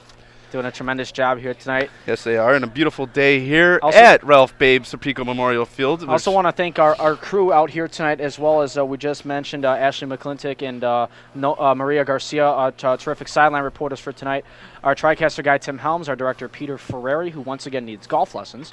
Charles March, Brian Sturham, Antoine Ward, and Robert Machado on our cameras tonight. And also thanks to John Stevens, who was mentioned before we got on the air, he wants to be Pat Summerall. I will be John Madden. I'll do whatever I can. Now, if not to be Pat Summerall, but just to keep doing what I'm doing. Yeah, this is now, a great if this experience. is the Family Guy episode, you need to run out there and catch all the money from the blimp. Yeah. And then here's me saying, get this football. Men in the Fox security. Take him down. Take him down is right. That's what we need the Vipers to do to the Atomic Swarm over here. They need to get a score fast in this first drive and really set the tone for the second half, because Anthony Scott is incredible. This first half, he's doing everything right. He's getting the ball to the right open receivers that need to be wide open, and he's getting them out to Nixon. He's getting them to who other guy? He's getting it out to Joakim Moten, the Moten brothers. They're all stepping up, and then the power running by Lane is just fantastic. And hopefully they do something to turn it around. But like we said in the beginning of the game, the Atomic Swarm need to win to get to the playoffs. They need to win 2, or they need at least 1 loss by a division rival, the Bulldogs. And the Vipers are already in, so technically they could be playing for style points maybe as well. Style points, or just, Well, when Jay Fortuna's a quarterback, and I've talked to him many times about it, when he's quarterback, he has his own style and his own demeanor. And sometimes it makes you scratch your head, but sometimes he does have some tremendous plays. So right now, the Vipers now scoring right to left. Swarm will be scoring left to right. And Jay Fortuna actually kept the ball there. He's going to be running to the far side, and that's going to be a catch there by number 9 for the Vipers. That'll be Jalen Harrison, the 5'11 wide receiver. So first play of the game is a completed pass to Harrison. Yes, so it was a good little rollout play to the right as he avoided being – well, the pressure they get that the Swarm brings is just is making the quarterbacks tremendous. roll out. Yeah, it's physical. They're showing up. They're there. And you know what? With pressure like that, with all these guys running downhill, I don't know why they don't draw up a screen or do something like a draw or like a wide receiver screen to Camp where he undercuts it. Makes me want to go out there and draw a play. Well, we saw you out there during halftime. I thought you were going to suit up for somebody. Yeah, no, I was went over there to get some Gatorades for us. Okay, thank you. Kind man. As it's now. As Fortuna comes out of the shotgun position, halfback each on each side of him, receiver on the top and bottom. He gets the snap. He hands it off. That's the first handoff play that we've seen. And I'm trying to make the number out. Looks like that was handed out to Joey Brutskis there. Yep. That was a gain of just about maybe a yard or so, not yard. much. It's going to be 3rd down and about 7, I believe. Yeah, it's actually going to say 3rd down and 9, it looks like. Still quite a conversion here to start early on as we are just about a minute and a half into this one. Again, 45-minute halves. We play the NFL style of the clock once we hit the 3-minute mark as well. Right now the score 18-6 in favor of the Zion Antioch Swarm over your Chicago Vipers. As they break out of the huddle, we got Camp coming to the bottom of the screen. We got Harrison at the top in the receivers positions. Fortuna's under shotgun center with number 32, Jamie White. Yeah, Wyatt's going to need to make a big impact on the backfield tonight if he's going to be getting the snaps. He stayed in the block. It's pretty smart. Fortuna scrambles, passes out, dropped ball by new number 1, Jake Nickeline. It's actually Vince Nickeline. Vince Nickeline. 1 or 2 is not bad. All right, the brothers. Cousins. Brothers. In-laws. Cousins. In-laws. Well, there's a couple brothers and cousins on this team, and there's also father-son on the team. Yes. So, like there's we also said before, this is a family an engaged game. couple involved with the team as well. It is a family game, Can't and be this is afraid to Melrose. point that out too. So, all right. So they turn the ball over on downs. They elected to punt on 4th down, and technically in this game they don't punt. It's just a 30-yard difference. As you mentioned, the quote-unquote punt. Quote-unquote punt. Oh, I see. Now the roles are reversed on that one. Okay, I see what we're doing here. You gave me a chance to give it back. So I know. there you go. You know what? It was like bump set spike. You know what? I think you deserve the chance. So I figure why not. So the Atomic Swarm come out here, led by Scott, who had a fantastic first half. But the Vipers' defense didn't get. It's not that they're not doing their job. It's just Anthony Scott is running over them. They got to finish their tackles. They're containing them. They're keeping them in the pocket. And then one guy he just bounces right off of them. So it's going to be 1st and 10 from the Swarm's own 40 as they come out of the pistol formation.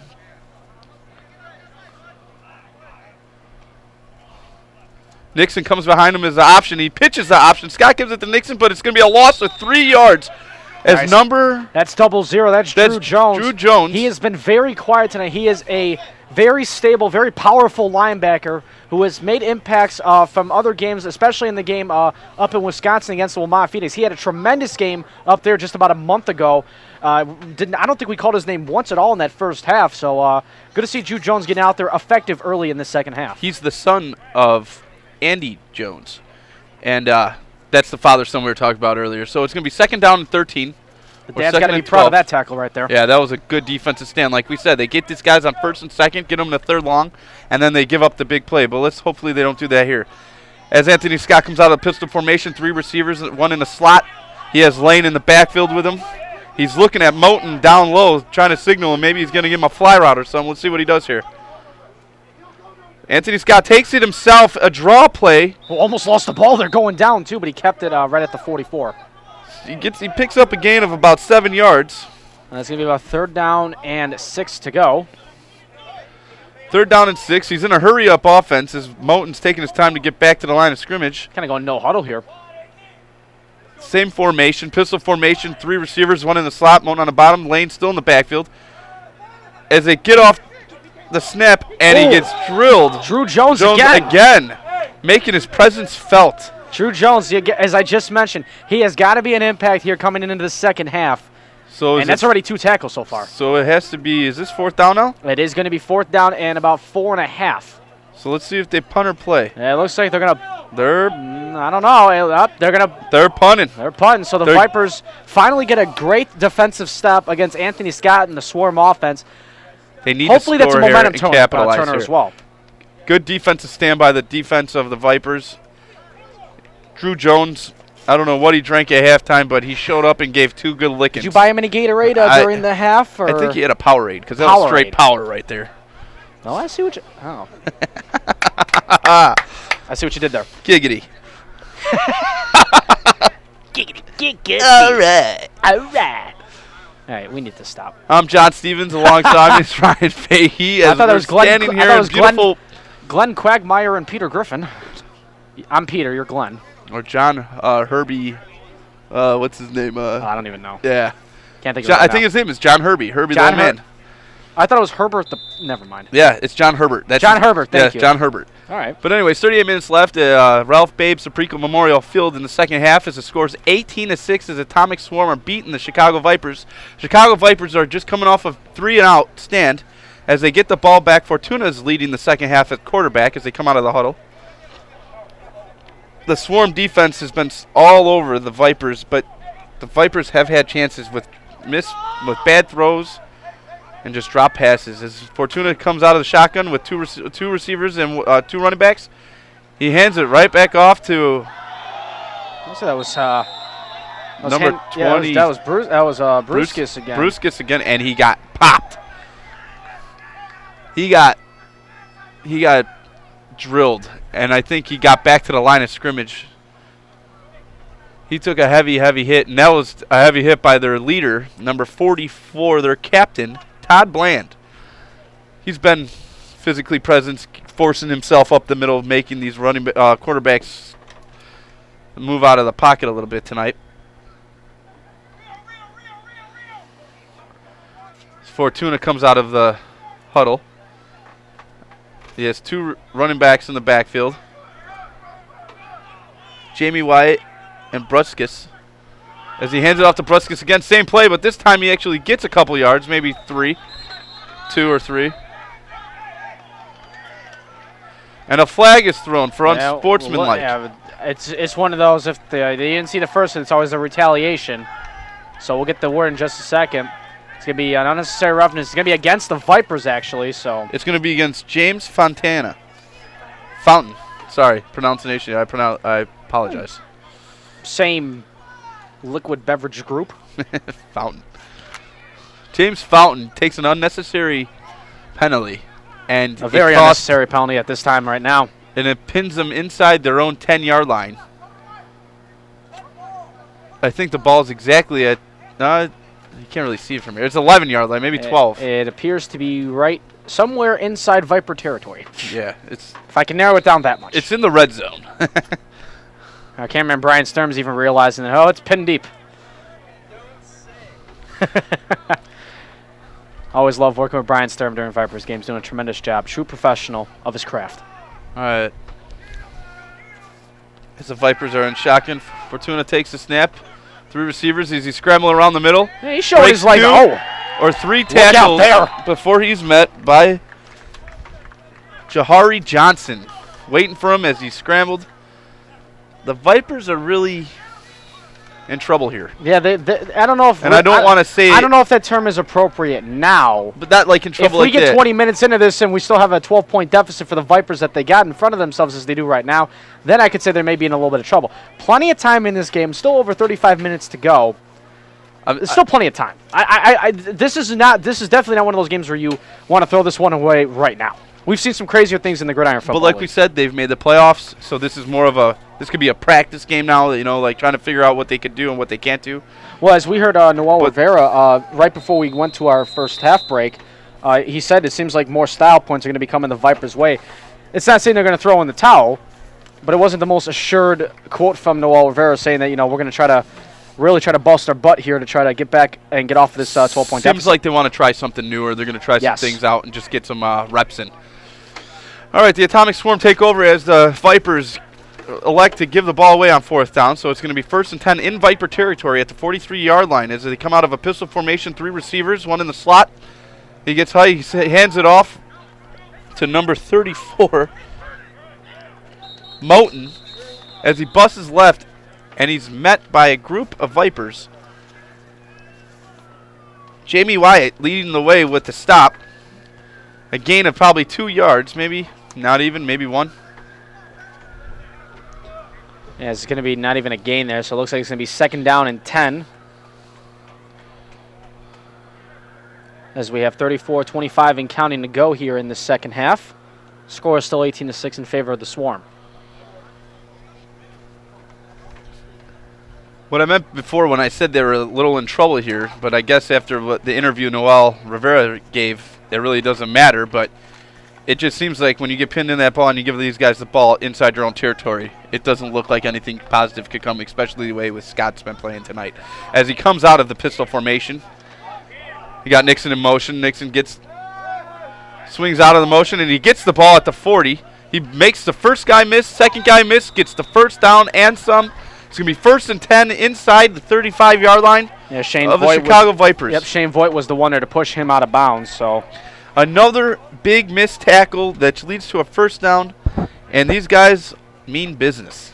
They mean business, and as we said it earlier in the first half, and I think it's safe to say again here in the second half, the Swarm are playing like a current football team right now here against the Vipers. They really are. They're playing very solid. John Stevens just dropping things here, ladies and gentlemen. Uh-oh, we're getting a throw. Oh, nice catch, John Stevens. What a throw by Miss Fortuna. Yeah, what a throw by the newly engaged future Miss Fortuna. Statistician and Gatorade thrower. And Gatorade quarterback. Regulator. All right, Scott's in the pistol position as they have a 3-receiver in the slot. As it's a reverse. Moten comes around in a reverse, and what a block by number 1, Devon Jackson. DJ Jackson gives him enough to get a couple yards, maybe 6 or 7 yards on a play. There is a flag on a play, however. Get the call here in just a second. It could be a holding that might be coming back here against the Swarm. And that is illegal motion. It's going to be illegal motion there. I apologize. So, but nonetheless, it is against the Swarm.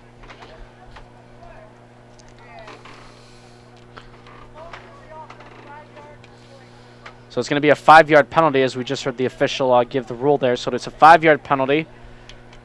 So that backs them up to the Vipers' 37-yard line.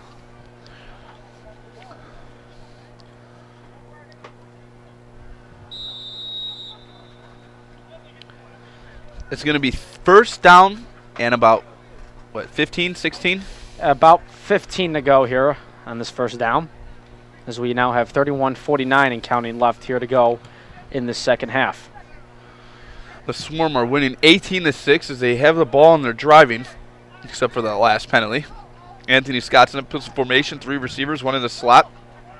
Nixon busts out of his slot. He fakes the pass to Nixon, but he gets tackled. They finally got Anthony Scott right near the line of scrimmage. A big-time tackle by Drew Jones, again, is showing up, and that's what they need. They need to wrap this guy up and don't let him get away, and that is a perfect tackle that was finally a good wrap-up that we've seen against Anthony Scott. That we've seen some attempted wrap-ups by Viper defenders, but it just hasn't been working well for them at all.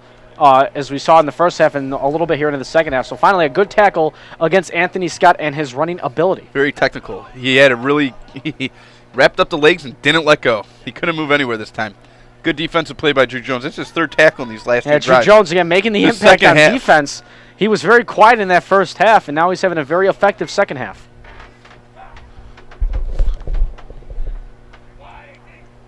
As the play here now by Scott. 2 to the left, 1 to his right. Scott does drop back, and he's going to look around. He's using his legs again as the pass is going to be caught there by number 34 for the Swarm, as he's not even taken down right away. 34 by the Swarm is Moten, Javon Moten. It's 3rd down and short. This is a big play here. The Swarm are This is 3rd down and about 2 yards to go here, so. The Swarm are in a huddle right now, waiting to get the position of the ball before they call their next play. Scott comes running in from the sideline as he receives the play from the coach. Scott's been everything today. He's been everywhere. He's been everywhere out there, far side of the field, in the pocket, to the near side, throwing the football, running the football. He's just been the main show here on this field. So it's going to be 3rd down and about 2 to go here. And it's Looks like a wildcat formation here, but one to the left, one to the right out in the wide receiver option. Here's the carry here. Eddie is tripping down, and the Vipers will get to that one right away. Moten had nowhere to go as he had a lead block by Lane, who just was met by the linebackers and just stuffed the hole. And a gain of maybe 1 yard, nothing. It's 4th down. And it looks like the Swarm are going to go for it, it looks like. The offense is staying out there, so Anthony Scott comes back from the coach's sideline to get the play call. It's going to be 4th down and 4. Big stop here for the Vipers. They need one desperately. They do need a stop here. They've been holding him contained. They've not holding him. They've contained him so far this second half. They need to do something here. They need to get a turnover. Let's do this, guys. Both teams are playing great football, by the way. Looks like the blitz is going to come here.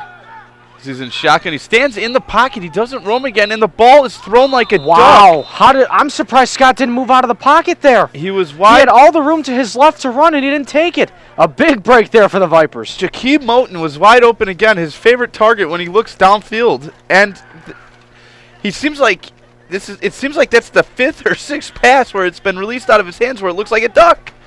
I don't know why he just bring it down and run it, but you know what? He had Drew Jones waiting for him, and I'm sure that's probably why he didn't want to run it. Yeah, Drew, I guess, as we've talked about it, this second half Drew he's Jones really stepped his game up, and he's tackled him where I think he might even probably be like, enough's enough already, He only runs when they need to run. You can't blame him. His defense has been frustrating at times out there as they've been letting Anthony Scott almost run all over them. No pun intended, but I mean now finally Jay Fortuna in the offense finally having a chance here to get some ground back into this game as we just have about 27 minutes left to go here. They have to capitalize off this turnover. Fortuna comes out of the huddle with 1st and 10 on the 25 of their own yard line after a big 4th down stand. They got 2 running backs, one on each side of him in the shotgun position. He has Camp on the bottom, and I can't make the receiver out up top. Sorry. The handoff, it goes to Jamie Wyatt. Jamie Wyatt breaks up through the middle to the right. They gain about 4 or 5 yards. That's their longest run of the game. Yeah, it's the longest. It looks like one of their longest runs of the game. And but it was a designed run. It wasn't a broken down play. Run. And, we talked about it earlier as well. Jamie Wyatt maybe gets to step up his touches because usually it's been Eli Williams, Josh Hampton getting the touches at the running back position. They're both not here tonight. We saw Tim Bauer get some snaps earlier in the first half. Now it's Jamie Wyatt getting most of those snaps, it appears, in the backfield as well. So Jamie Wyatt got to perform like a workhorse here in the second half. All right, Fortuna comes out of his favorite style. 2 running backs, 1 on each side. He has Wyatt on the left of him. He has Camp in the receiver position. As he gets it, he hands it off to Wyatt again. Same play.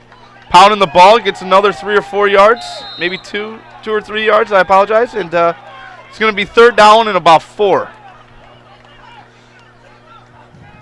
This is a big play for the Vipers right here as they trying to gain some momentum as they already locked up the playoff. It is a 1st down. Wow. Way off.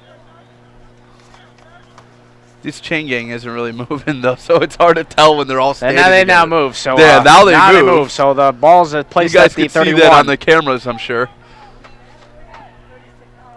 It's on the 36-yard line as they got 1st and 10 coming out of a shotgun formation, halfback on each side. He hands it off to Wyatt. No, he fakes it. Oh, he did a trick play. He did the trick play. Camp's wide open at the 50-yard line, catches it. Wow. Pushed out of the 40. Jay Fortuna, and he's strutting around with that one. He knows what he just did there. Jay Fortuna with a trick play, fakes to handoff. He just stands there as if the ball was handed off. He's got the ball in his hands. Everybody turns around and is like, hey, you know what? I still got the football. And he throws it down to the near side. Because and the new of our position, we were able to see it. The newly engaged Jay Fortuna, I must say, he has gotten a lot smarter with his play call since that engagement. I think that's fair to say. What a play. That was a big-time play. And you know what? Tremendous play there, if you will. It makes the defense slow down a little bit because they're just pressuring them every play. Just seems like they're bringing the blitzes. They come out of a shotgun position. Fortuna gets the ball. Pump fakes to the right, goes back to the left, makes a catch. That's going to be Harrison again. Harrison with a great catch. What a throw by Fortuna, putting it right on the numbers. As they start the hurry-up offense, it's going to be 1st and 10 at the 18-yard line. Vipers ball. And the Vipers here charging in here, and Jay Fortuna is shouting for a couple of his players to come off the sideline, get in on this action here. As checking in now is Frederick Cornely is now into the ball game now for the Vipers, and he's lined up as a wide receiver to the left in the slot. They got trips to the left as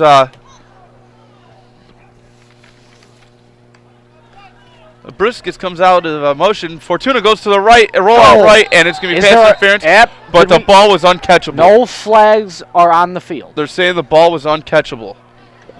They had trips to the left. They all rolled out to the right. Fortuna went out to the right, and the ball was just a little bit high for the guy who checked in, Harrison.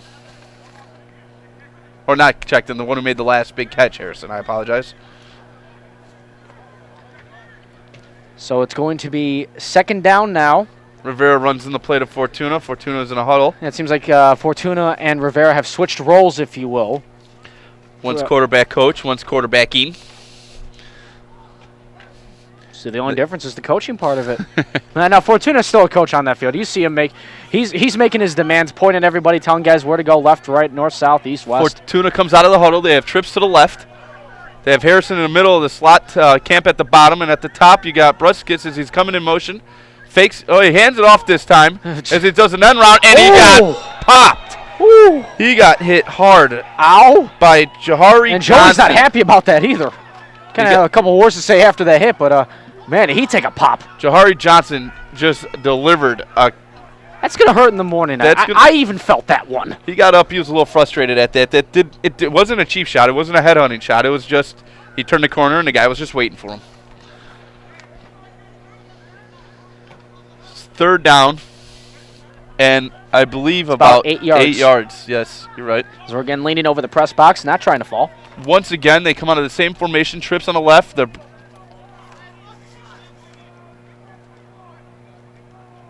Bruskis is in motion, but he's not wrapping around. Oh, and he went off sides. He already went upfield. Come on, guys. He's probably still dazed after that last hit. That was very poor execution. Unnecessary penalty there. Going to be 5 yards back. He's going to make the third down and long.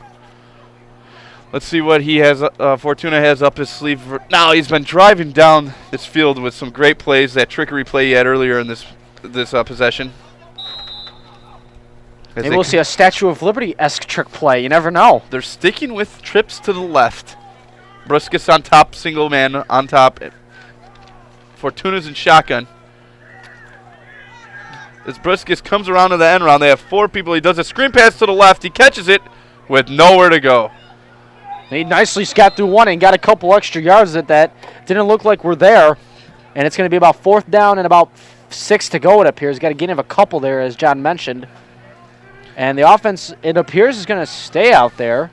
They should stay out there. They're pretty deep in the end zone right now. Like we said, they've already got their playoff spot locked up. Harrison is coming off the field just to help. Actually, is that Criswell? The kicker is going to come out right now. They're going for the field goal. It's going to be a 35-yard field goal possibly. And they could make this an 18-9 game. With 21 minutes left. Joey Bruskis will be the holder. And it looks like Jay's going to be the snapper.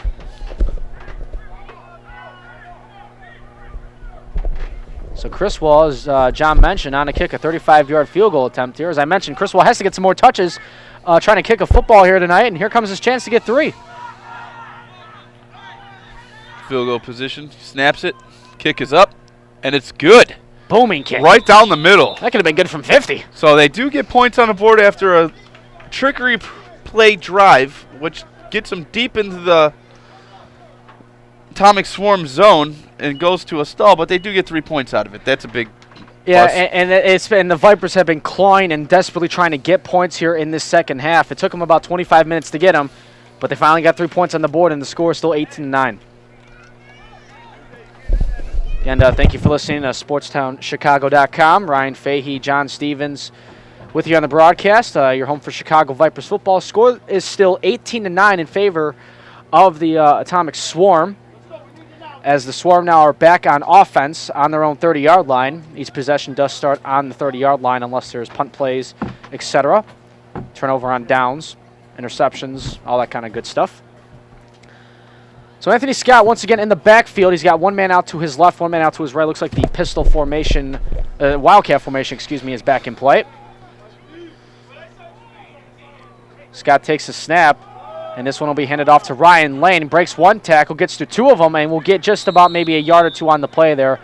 So about 2nd down and 8 coming up here for the Swarm. Yeah, he's such a powerful runner. That's all they're going to do. I have a feeling they're going to do power running. Excuse me.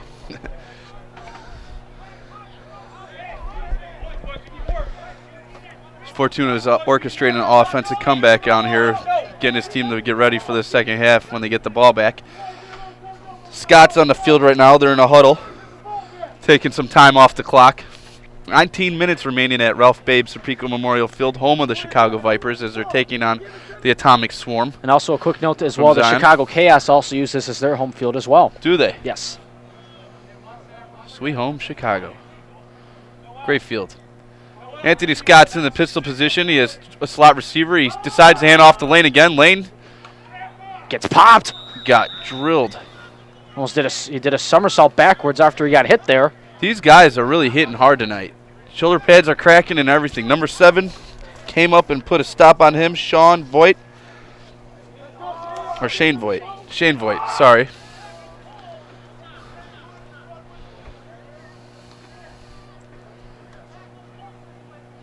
It's going to be 3rd down and 3 as Scott comes out of the formation.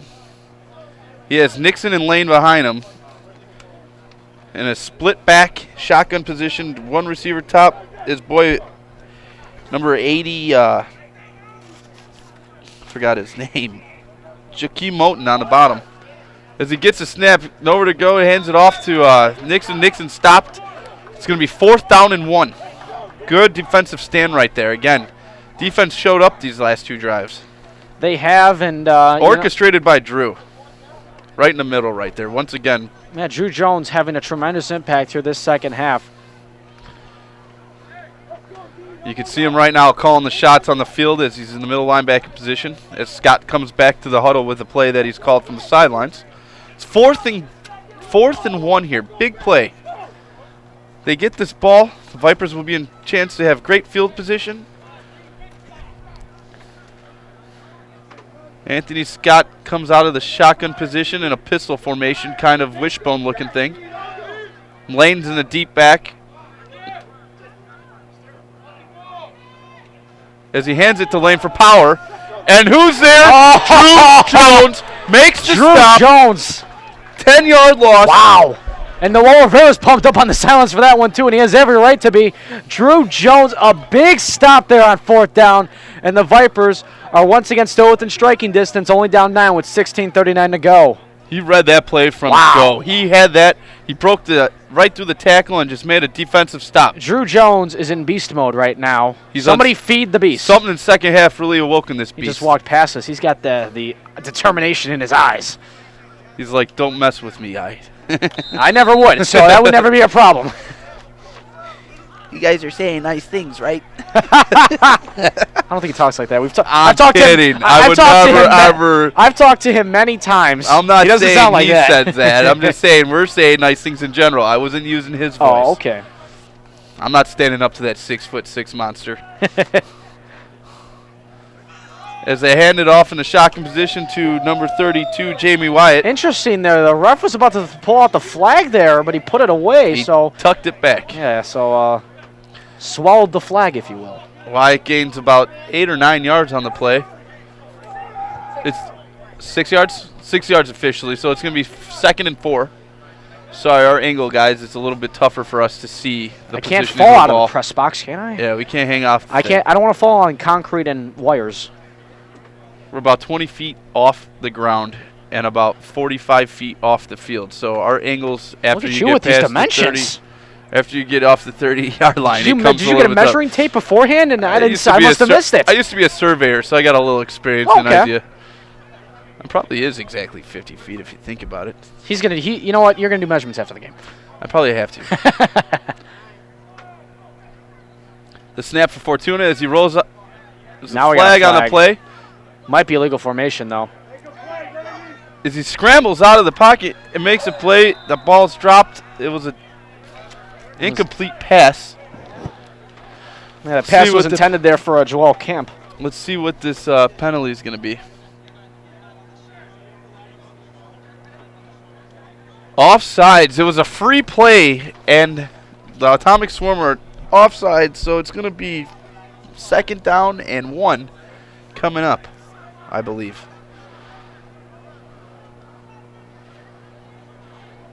They had a freebie play there. Joel.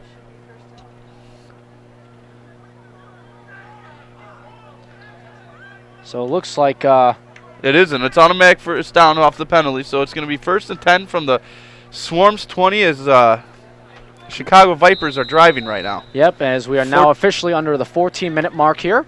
Fortuna's creating plays big time. Yep, once we get to the 3-minute mark, we play the clock like it's the National Football League. Fortuna coming out of an empty backfield. He has trips to the left. He has Camp and Harrison on the bottom. And Nicolene also. As he passes the Camp on the screen pass, he gets around two defensive backs, and he gets tackled, a gain of about 4 or 5 yards. The ball will be placed at the 16 or 15-yard line. Looks like the 16. It'll be 2nd and 6. Can't lean over anymore. Yeah, I can't lean over and look over you at the same time. I take your word I'm sorry for it. I have a big head, okay? No, I get it. I get it. I get it. I get enough beef on Sportstown. Thanks, guys.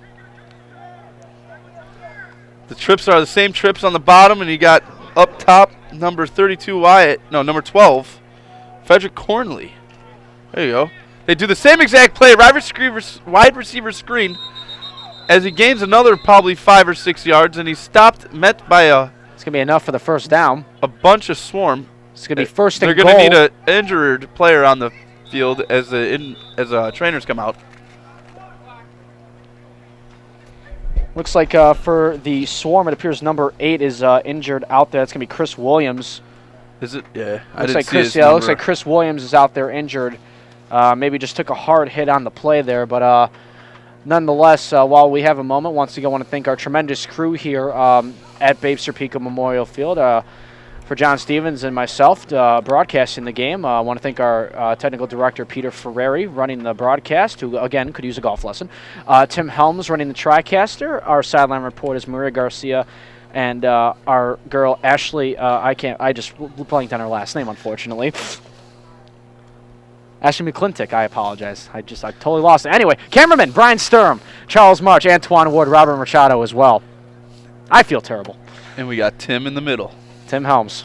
Running the show. Yep, Tim Helms down there running the show. On the TriCaster. Hopefully he hasn't broke anything yet down there. I can't, his space is right below us. I can't see what he's doing. Because he has a tent there. Yeah, he probably doesn't want to see what we're doing. He probably doesn't want us to see what he's doing down there. He's in his own lair. That's what the tent's for. Nonetheless, though, score is still 18-9 in favor of the Atomic Swarm. 12:42 to go here in this second half. Next week, the Vipers will be taking on the Racine Gladiators. It's the last game of the year before playoffs, isn't it? Yep, it's the last regular season game. As he gets up on his own strength, walked off the field. That's always a good sight to see. As Fortuna takes his team, lines them up at the line of scrimmage at the, what is it, the 10-yard line, the 8-yard line, 7-yard line. It's going to be 1st and goal from the 7. They have trips to the left, one up top, no one in the backfield. Fortuna's directing traffic, lining these receivers up in the proper positions. As the snap comes, he fakes the punt, he does a fade route. To Harrison, gets pushed out of bounds. But they're going to say he did not keep a foot in, so the pass is going to be incomplete. What a good defensive play by the defensive backs there. Who was that number on that one? Number 26. Chris Holloman was all over him there. No trickery on that play. As Fortuna rushes the offense as they come back to the same line of scrimmage with the same setup. Trips to the left and a flanker up top. No one in the backfield. Fortuna gets a snap, looks to his right, fakes. Inside slot, number 1, Nicolin. Touchdown. And Vince Nicolin there on the touchdown, and a much-needed score for the Vipers. It is now 18-15. With 11 minutes and 48 seconds to play in the second half, a big turnover leads to big points. The second half, they really came out executing on their offensive side. Not that they weren't doing it in the first half, but they're doing what we were saying. They're doing those under-drop passes, and that's what's getting them down the field. I think he heard me talking at halftime. So John Stevens, the motivator as well. No, well, you saw me run across the field. That's because you brought me a Gatorade. I appreciate that. As we got Palomalu walking right in front of us. Oh, will you stop? That's awesome. Come haircut. on. The guy has the same haircut. Jay, you know what? Jalen Harrison has his own style. All right? Yeah, We're not going to compare it to Troy Polamalu as Zach Criswell is about to kick the extra point. Well, his hairstyle looks like it. Maybe his football play is different, but. And flags are, not flags, whistles are blowing. More than the wind here. For the extra point here. Yep, flag is down on the field. Might be an encroachment call against the Swarm. It looks like they're going to actually just redo it. They pick up the flag, so it's going to be an encroachment against the Swarm there. So we'll redo the extra point attempt now for Criswell. As Criswell will kick the extra point, it is up and good. As people love taking out pictures up here, apparently. I'm a little blinded by the flash, though. Thanks, Jen. She's engaged and just likes to blind me. She's engaged to the guy who's orchestrating a comeback. Yeah, Jay Fortuna. Once again, congratulations to both of you on the engagement. I'm blowing this picture up of you. That is very blurry, but okay. That's terrible. No, that has to be. I'm keeping that. That needs to be redone. For all the times you First told of all, Pete that needs a picture golf needs to be redone. Yeah. Can we Pete refocus? We need to refocus that picture. I'm just saying. You'll see it. I'll put it up all over ICB. Brian Sturm's looking back at us like, what's going on up here? He doesn't even know. You don't want to know, Brian. Props to Brian for standing in the same position on the same ladder every week, every time he's here. He loves his spot. He's getting an Achilles workout. All right, Atomic Swarm get the ball at the 30-yard line with 9 minutes and 30 seconds left in the second half. Is Anthony Scott's going to have to do something here because he's been just hanging back and they're big here. Tackle there. That's Greg Silsby. That's a loss of a yard or two there, so the Vipers are just clicking on all cylinders right now, down only 2. They found their strength the second half. I definitely want to say this is a complete different team than there was in the first half, offensive side and defensive side. Remember when I said at the beginning of this second half that you can't quit on these guys? This is that reason why. They never quit, they never give up, and they're always determined to come back in games when they're down. As we have 9 minutes to go, they're only down 2. Plenty of time here in this game. It just seems like they're resting. It seems like the Swarm are just tired. It seems like they took the gas off the pedal, and it's starting to affect them. It's a 2-point difference. As Anthony Scott comes out of the pistol position, 2 receivers, 1 in motion. That's Nixon. Anthony Scott does a square out pass to Nixon. Nixon catches it, gains about 9 yards on the play. Look out there. Actually, he gets 15 yards on a play. I apologize. The first play was negative 5 yards. It's going to be 3rd down and about 1. 3rd down and 2. So here comes another big 3rd down here for the Vipers to stop here. We talked about this before. Some of the big snaps we've seen Greg Silsby being effective here, and also Drew Jones. Big Drew Jones. He's standing right there right now calling the shots. He's ready. He's ready to pounce on this one. Here we go. As one. the Swarm comes out of the huddle, they got 2 receivers up top, one in the slot coming out of the pistol formation. Yeah, he might be the linebacker that blitzes here. Keep an eye on that. I think he's going to play I Spy. And it looks like we're going to get a false start call. Some of the Vipers defensemen saying that guy was off, and it was, so that backs him up 5 yards. False start on the Swarm. Backs him up 5 yards. A big play. Hopefully they stop this. It's going to be 3rd and 8.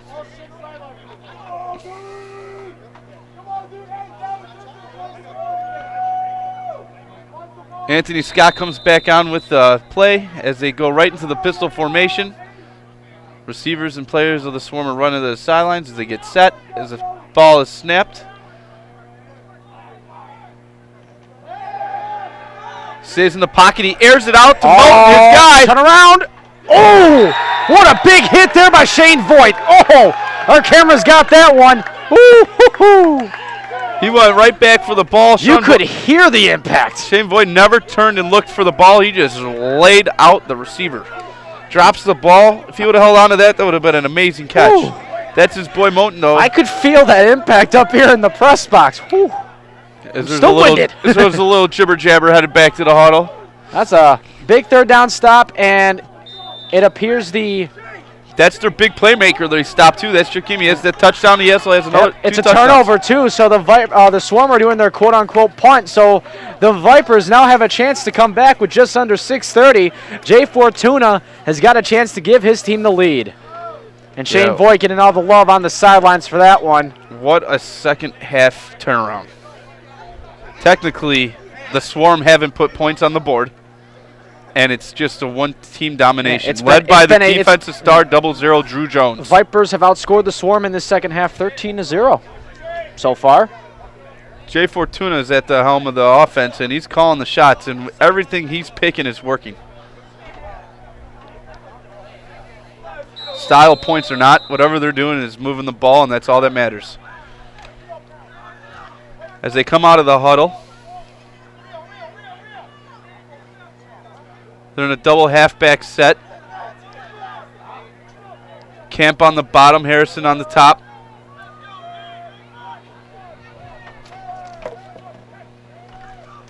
They hand off to Wyatt. Wyatt off to the right tackle, breaks it, gets a couple of yards, and then he's finally tripped up as he crosses to about the 40, 41-yard line. That's a gain of just about a yard or so there, so it'll be about 2nd down and 9 as we have 5:19 to go here in this second half. They spotted the ball at the 39. Wow. All right. Not a generous spot there. But, no, not at all. Still about 2nd down and 9.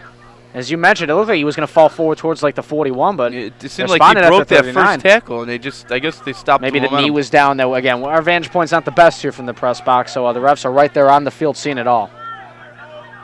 All right, as they come out of their huddle, double back, shotgun position. Fortuna about to take the snap. Swarm look like they're showing blitz. Fortuna gets the snap. He does a draw play off the middle nice to Wyatt. Jamie. Oh, and he gets hit after he gains about 5 yards. Yep, they're going to spot him at the 44, so that's going to be about 3rd down and about 3 to go. Now it seems like that 4 minutes and 20 seconds left. It seems that the Chicago Vipers are in control, but they want to take some clock off the time in this drive. Yeah, so they don't we've just seen hand Anthony the ball. Scout with that football tonight, John. He's been deadly. Even though the Vipers have seemed to have controlled him in the second half, you still don't want to give him the chance to try to come back. So it's a little bit of a smart, a tactic here. Now maybe smart's not the right word. We'll have to see the result in 4 minutes. But it's a tactic here that Jay Fortuna and the Vipers are trying to pull off here. As they come out in the split shotgun backs, he hands it back off. Nope, he fakes it again. He does did the trickery. same thing. He goes up the camp. What a pass! Pass interference. No. No pass interference called. Pass incomplete. Pass was intended to number 85, Joel Kemp, who's been having a good game so far here tonight. Just a little overthrown there by Fortuna.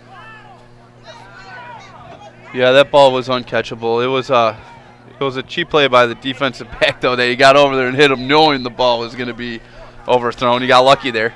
Wouldn't say it was so much cheap, but it was a heads-up play. It's going to be 4th down and about 4 yards. Fortuna leading the drive, comes out of the huddle. They have 2 halfbacks in a set in a shotgun position. They got Camp on the bottom. They got Harrison on top. This possibly, ladies and gentlemen, could be play of the game as we have 3 minutes left. And with 3 minutes left, they do the NFL rules. As Fortuna comes out, he gets tackled, he flicks the ball. That's a bad play by Jay. It's intercepted by their captain, Todd Bland, as Fortuna just decided to throw the ball up as he's getting ran over. And Jay Fortuna is down. Yeah, Jay's slow to get up there. He took a big hit there, and now the Swarm had about 9 guys. The whole team was on him on that play. Yeah, the whole team was on him on that play. The clock has stopped at 2:43. We got under the 3-minute rule, so we are playing NFL-style rules. The medical staff has attended to Jay right now, and he is moving his extremities, his arms, so that is a good thing. It looks like maybe the wind just got knocked out of him, and he is up on his own power, so that's always a good thing to see. But a bad play there by Jay nonetheless, and causes a turnover on downs. Like we said, it's 3 minutes left, 2:43 left. Anything under 3 minutes is NFL rules. That killed momentum there for the Vipers. Yeah. Anthony Scott's in huddle right now as their team's gathering themselves, running out to the defense side after Fortuna's injury. Anthony Scott comes out of the huddle.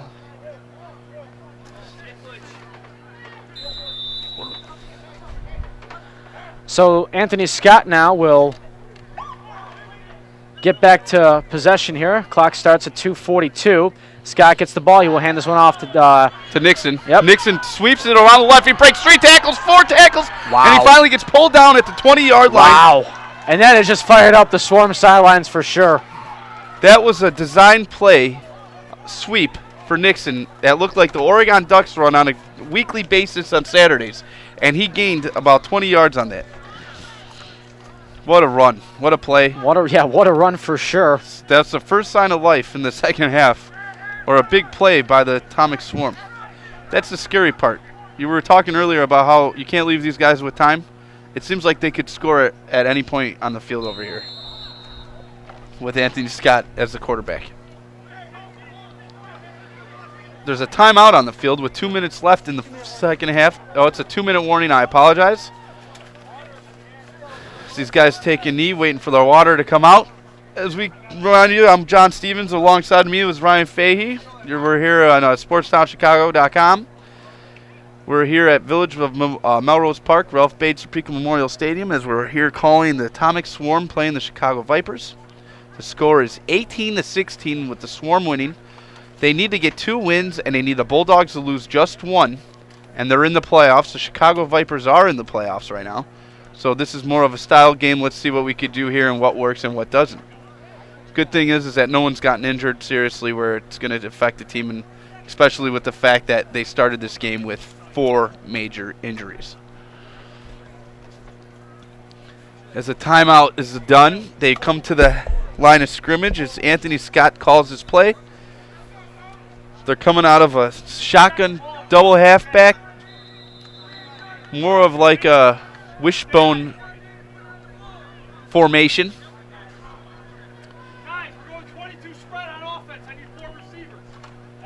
And he hands off the ball, and who else is there to meet Lane in the backfield? Big number 00, Drew Jones. That has to be the hit of the game.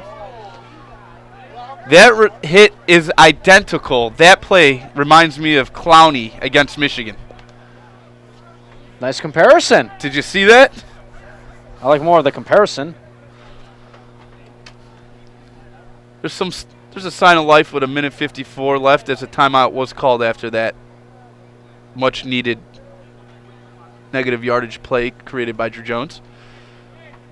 Lane has been given some power blows too as a runner. He's been running over linebackers and defensive backs. This time he just got it handed right back to him.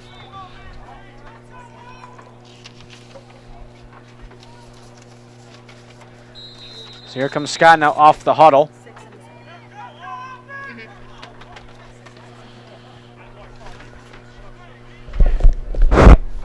Scott now in the backfield, minute 54 to go. Seems like the Wildcat formation, one out to his left, one out to his right. Scott takes a snap, fakes the handoff, and Scott is running to the far side to his left. And he will run out of bounds. The clock will stop at a minute 49. Score still 18-16. The clock stopped at 1:49, yes. Because it's NFL rules under the 3-minute mark. There he is. Get him. What just happened there? I have no idea what just happened here in the booth. It is 3rd down now for the Swarm. 3rd down and about 15, I believe.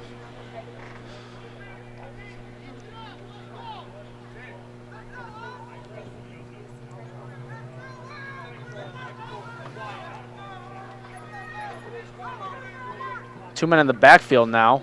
They have a shotgun, 2 halfbacks in the backfield, 1 receiver down top, and it's kind of a slot receiver.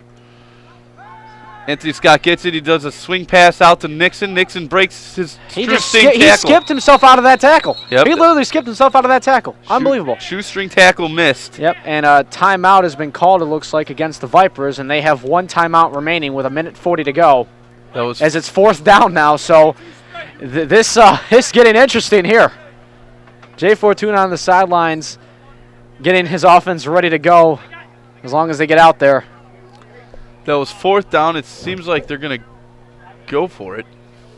I don't see why not. They can't really. Why? Yeah, and you don't want to give and if you're in the Swarm's position, why give the Vipers a chance to try to come back and win either, if you're in the position of the Swarm right now? Well, they can't do anything because they're inside the 30, so they have to go for it. And they don't have a kicker. This is the problem of not having a kicking game. And coming up after this game, our sideline reporters Ashley McClindick will be interviewing Drew Jones, and Maria Garcia, our other sideline reporter, will be interviewing Matt Kemp and Joel Kemp, the brothers. So that'll be coming up in our post-game wrap-up as well.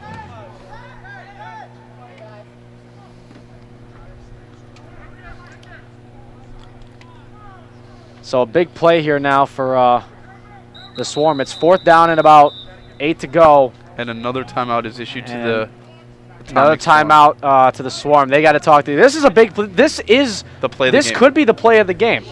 Because I agree with you. If the Swarm do convert, then for the most part, it is practically over. Perhaps for the Vipers, they only have 1 timeout remaining. But if they stop them here, Jay Fortuna is going to have about 90 seconds to work with the field here and try to potentially come back and get a game-winning drive going. Once again, we're here on SportsTownChicago.com. Ryan Fahey, John Stevens with you here on the broadcast as well. All right. As the Vipers kicker is warming up as we speak. Zach Criswell, they need a field goal to win. They But need a to get to the touchdown 20 would be nice, but they need to get to the 25-yard line of the Swarm if that happens. If that's the scenario we have been pointed out here in the booth. So if they can get to the Swarm 25, if they get the ball back on offense, look for Criswell to get out there and try to win it. But we got to get to this play right now, though.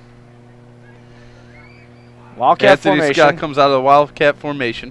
He has 2 receivers. He takes a snap, goes back in the pocket. He He's airs going it for the out money ball. to Moten again. Oh! No flags. No flags in and out of his hands. And the Vipers have a chance to come back with 94 seconds. 1 minute, 34 seconds to go for those keeping score. It's 18-16. John Stevens, we have got a ball game on our hands right now. That ball going through his hands, they got lucky there because if you would have caught that, that was 6. Yep, and here we go. And that was a big 4th down stop. Yep, this could be the drive. Fortuna coming out, looking like John Elway, Cleveland. Our camera guy, Brian Sturm, getting all set for this one. He's all pumped up about it. Let's go. They could do this. This is a great They game. have the ability to do so. Jay Fortuna's leading the way. The engaged Jay Fortuna. The Swarm are playing a He's got to do it for his future wife. The Swarm are playing a prevent defense. They have number 80, a receiver, Moten, playing safety back here, like center field safety. So there's nothing deep that could get past him. We have 1 minute and 34 as they're coming off of their 25-yard line. There's no one in the backfield. 4 receivers. Holding, no. And just out there, incomplete. Pass was intended for number 22, Joey Bruskus.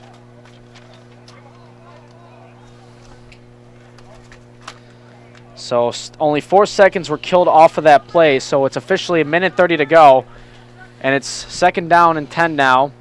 Vipers will need to get to the 35-yard line to convert.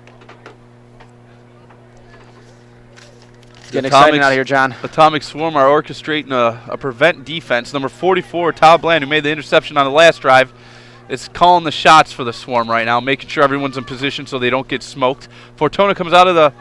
He's all alone in that backfield, too. Yes, he is, and they have 4 receivers. Let's see what they do here. He does a square out pass to Camp, and he gets out of bounds, driven out of bounds. He's going to get a gain of about 8 yards. It's going to be 3rd and 2. Only 5 seconds were killed off the clock there. 1:25 to go. It is down to the wire here at Babe Serpico Memorial Field. I would go here. If I was him, I'd go trips and do the underpass and just keep going. Do that. You'd think they'd do that screen. They keep their main receiver touchdown scorer, Moten, out there as a safety center fielder, so nothing deep gets past them. They're down by 2. There's 1 minute and 25 seconds left. They're on the 34-yard line. They are about 2 yards away here from converting this. So Fortuna's got 2 men out, spread to his right, 2 men to his left. And Jay looks around and draws him offside. He draws him offsides. The flag's thrown. It's a free play. Downfield it goes to Harrison. Way overthrown, out of bounds, incomplete. But it's a free play, though. Fortuna drove the Swarm defense offside, and that'll be an automatic 1st down and 5 additional yards for the Vipers. So Jay Fortuna working some magic here with 1:20 to go. Criswell warming up on the sidelines, the kicker. taking a little breather right now as Harrison now will check in as a wide receiver. Tim Bauer also out there along with Joey Bruskus. Harrison lined up to the far side to Jay's left, and Tim Bauer out to Jay's far right. Fortuna takes a snap, gets it inside to Kemp, gets out to the 44-yard line, goes out of bounds. Clock will stop, minute 16 to go. What a great play. He's been doing the same play this whole drive, just doing squares out to Camps, and he's just putting the ball right on the numbers in a position where he can catch the ball and take its momentum to out of bounds. It clearly is down to the wire here. It is. The way they're driving here, this is a game right here. You got everyone on both sides standing on the bleachers, crowds into it, cameraman's into it. We got our reporters up here excited, getting ready for interviews. Yeah, Marie Garcia and Ashley McClintock will talk to some of the Viper players after the game as well. Yes, they will. All right, Fortuna, empty backfield, 4 receivers, 2 on each side. He's orchestrating the offense, calling the shots, Omaha.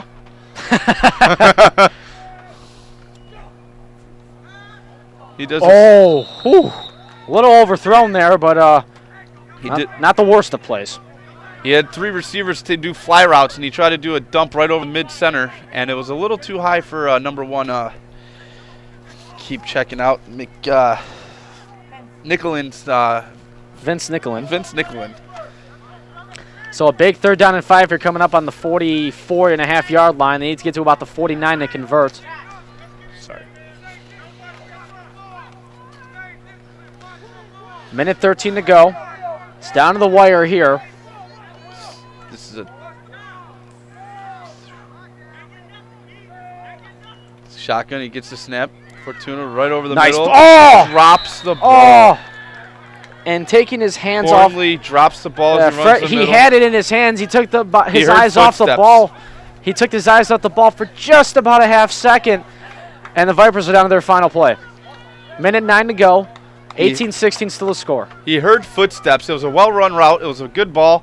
He just took his eye off the ball, like you said, Ryan, and a 1st down goes to 4th down. So it's 4th down and about 4 or 5 yards. This is do or die right here. This is the play of the game. Last chance for the Vipers to keep this drive going. Chris Wall is not warming up on the sidelines anymore. He's taking a breather in between his kicks, warming up. Chris Wall wants that chance to get out there. Same formation again, too. All right, Camp's the slot receiver on the down.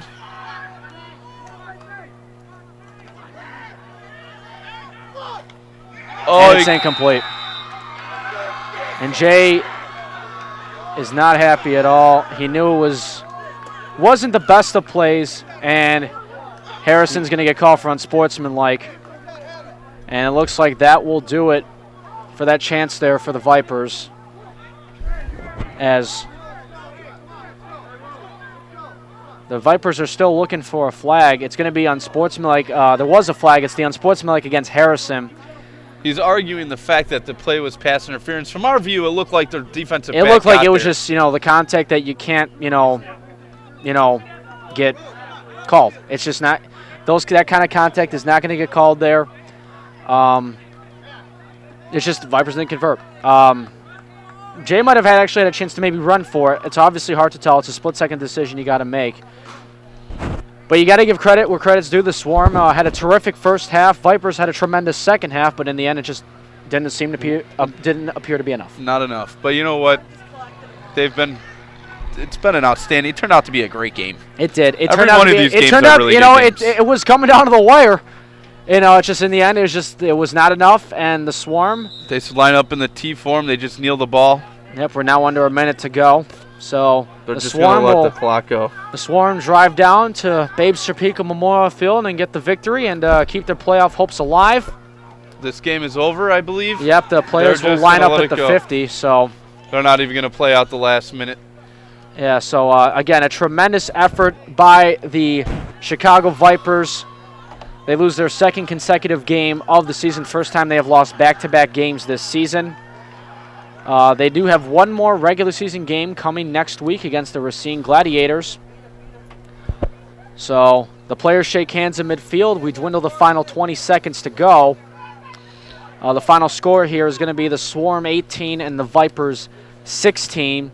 Jay Fortuna had a heck of a rally coming for his team. Drew Jones had a great second half defensively, and it just, in the end, it wasn't enough. Just wasn't enough. It was a great game on both parts. Like you said, second half, Drew Jones really stepped up and took the defense over and made sure they brought themselves back in this game with multiple big, huge defensive stands. Yep, the whistle has blown, and the clock reads 0-0, and it's still the final score. The Swarm take this one 18-16 momentarily. Our sideline reporters, Ashley and Maria, will get to talk to a couple of the Viper players as well. So while we wait for them to get prepared, John, your thoughts on the game? It was a fantastic game on both parts. Lopsided halves, obviously, but in the last 5 minutes of this game, it really came down to big plays, big plays here. Yeah, both teams right now at midfield saying a prayer as everybody comes away from this game healthy and able to. So we now will go down now to the field, and Ashley McClindick she will be with Drew Jones in just a second. So while they get set up, really quickly, we now will go to Ashley McClindick. Ashley, take it away.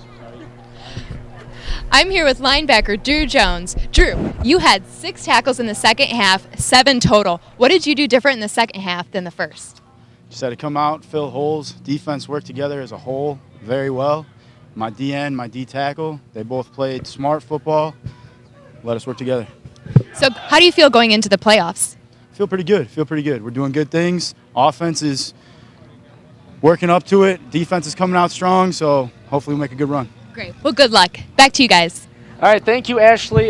We'll talk to a couple of Viper players as well in just a little bit. But that was their defensive star right there. Yeah, Drew Jones had a tremendous game as well.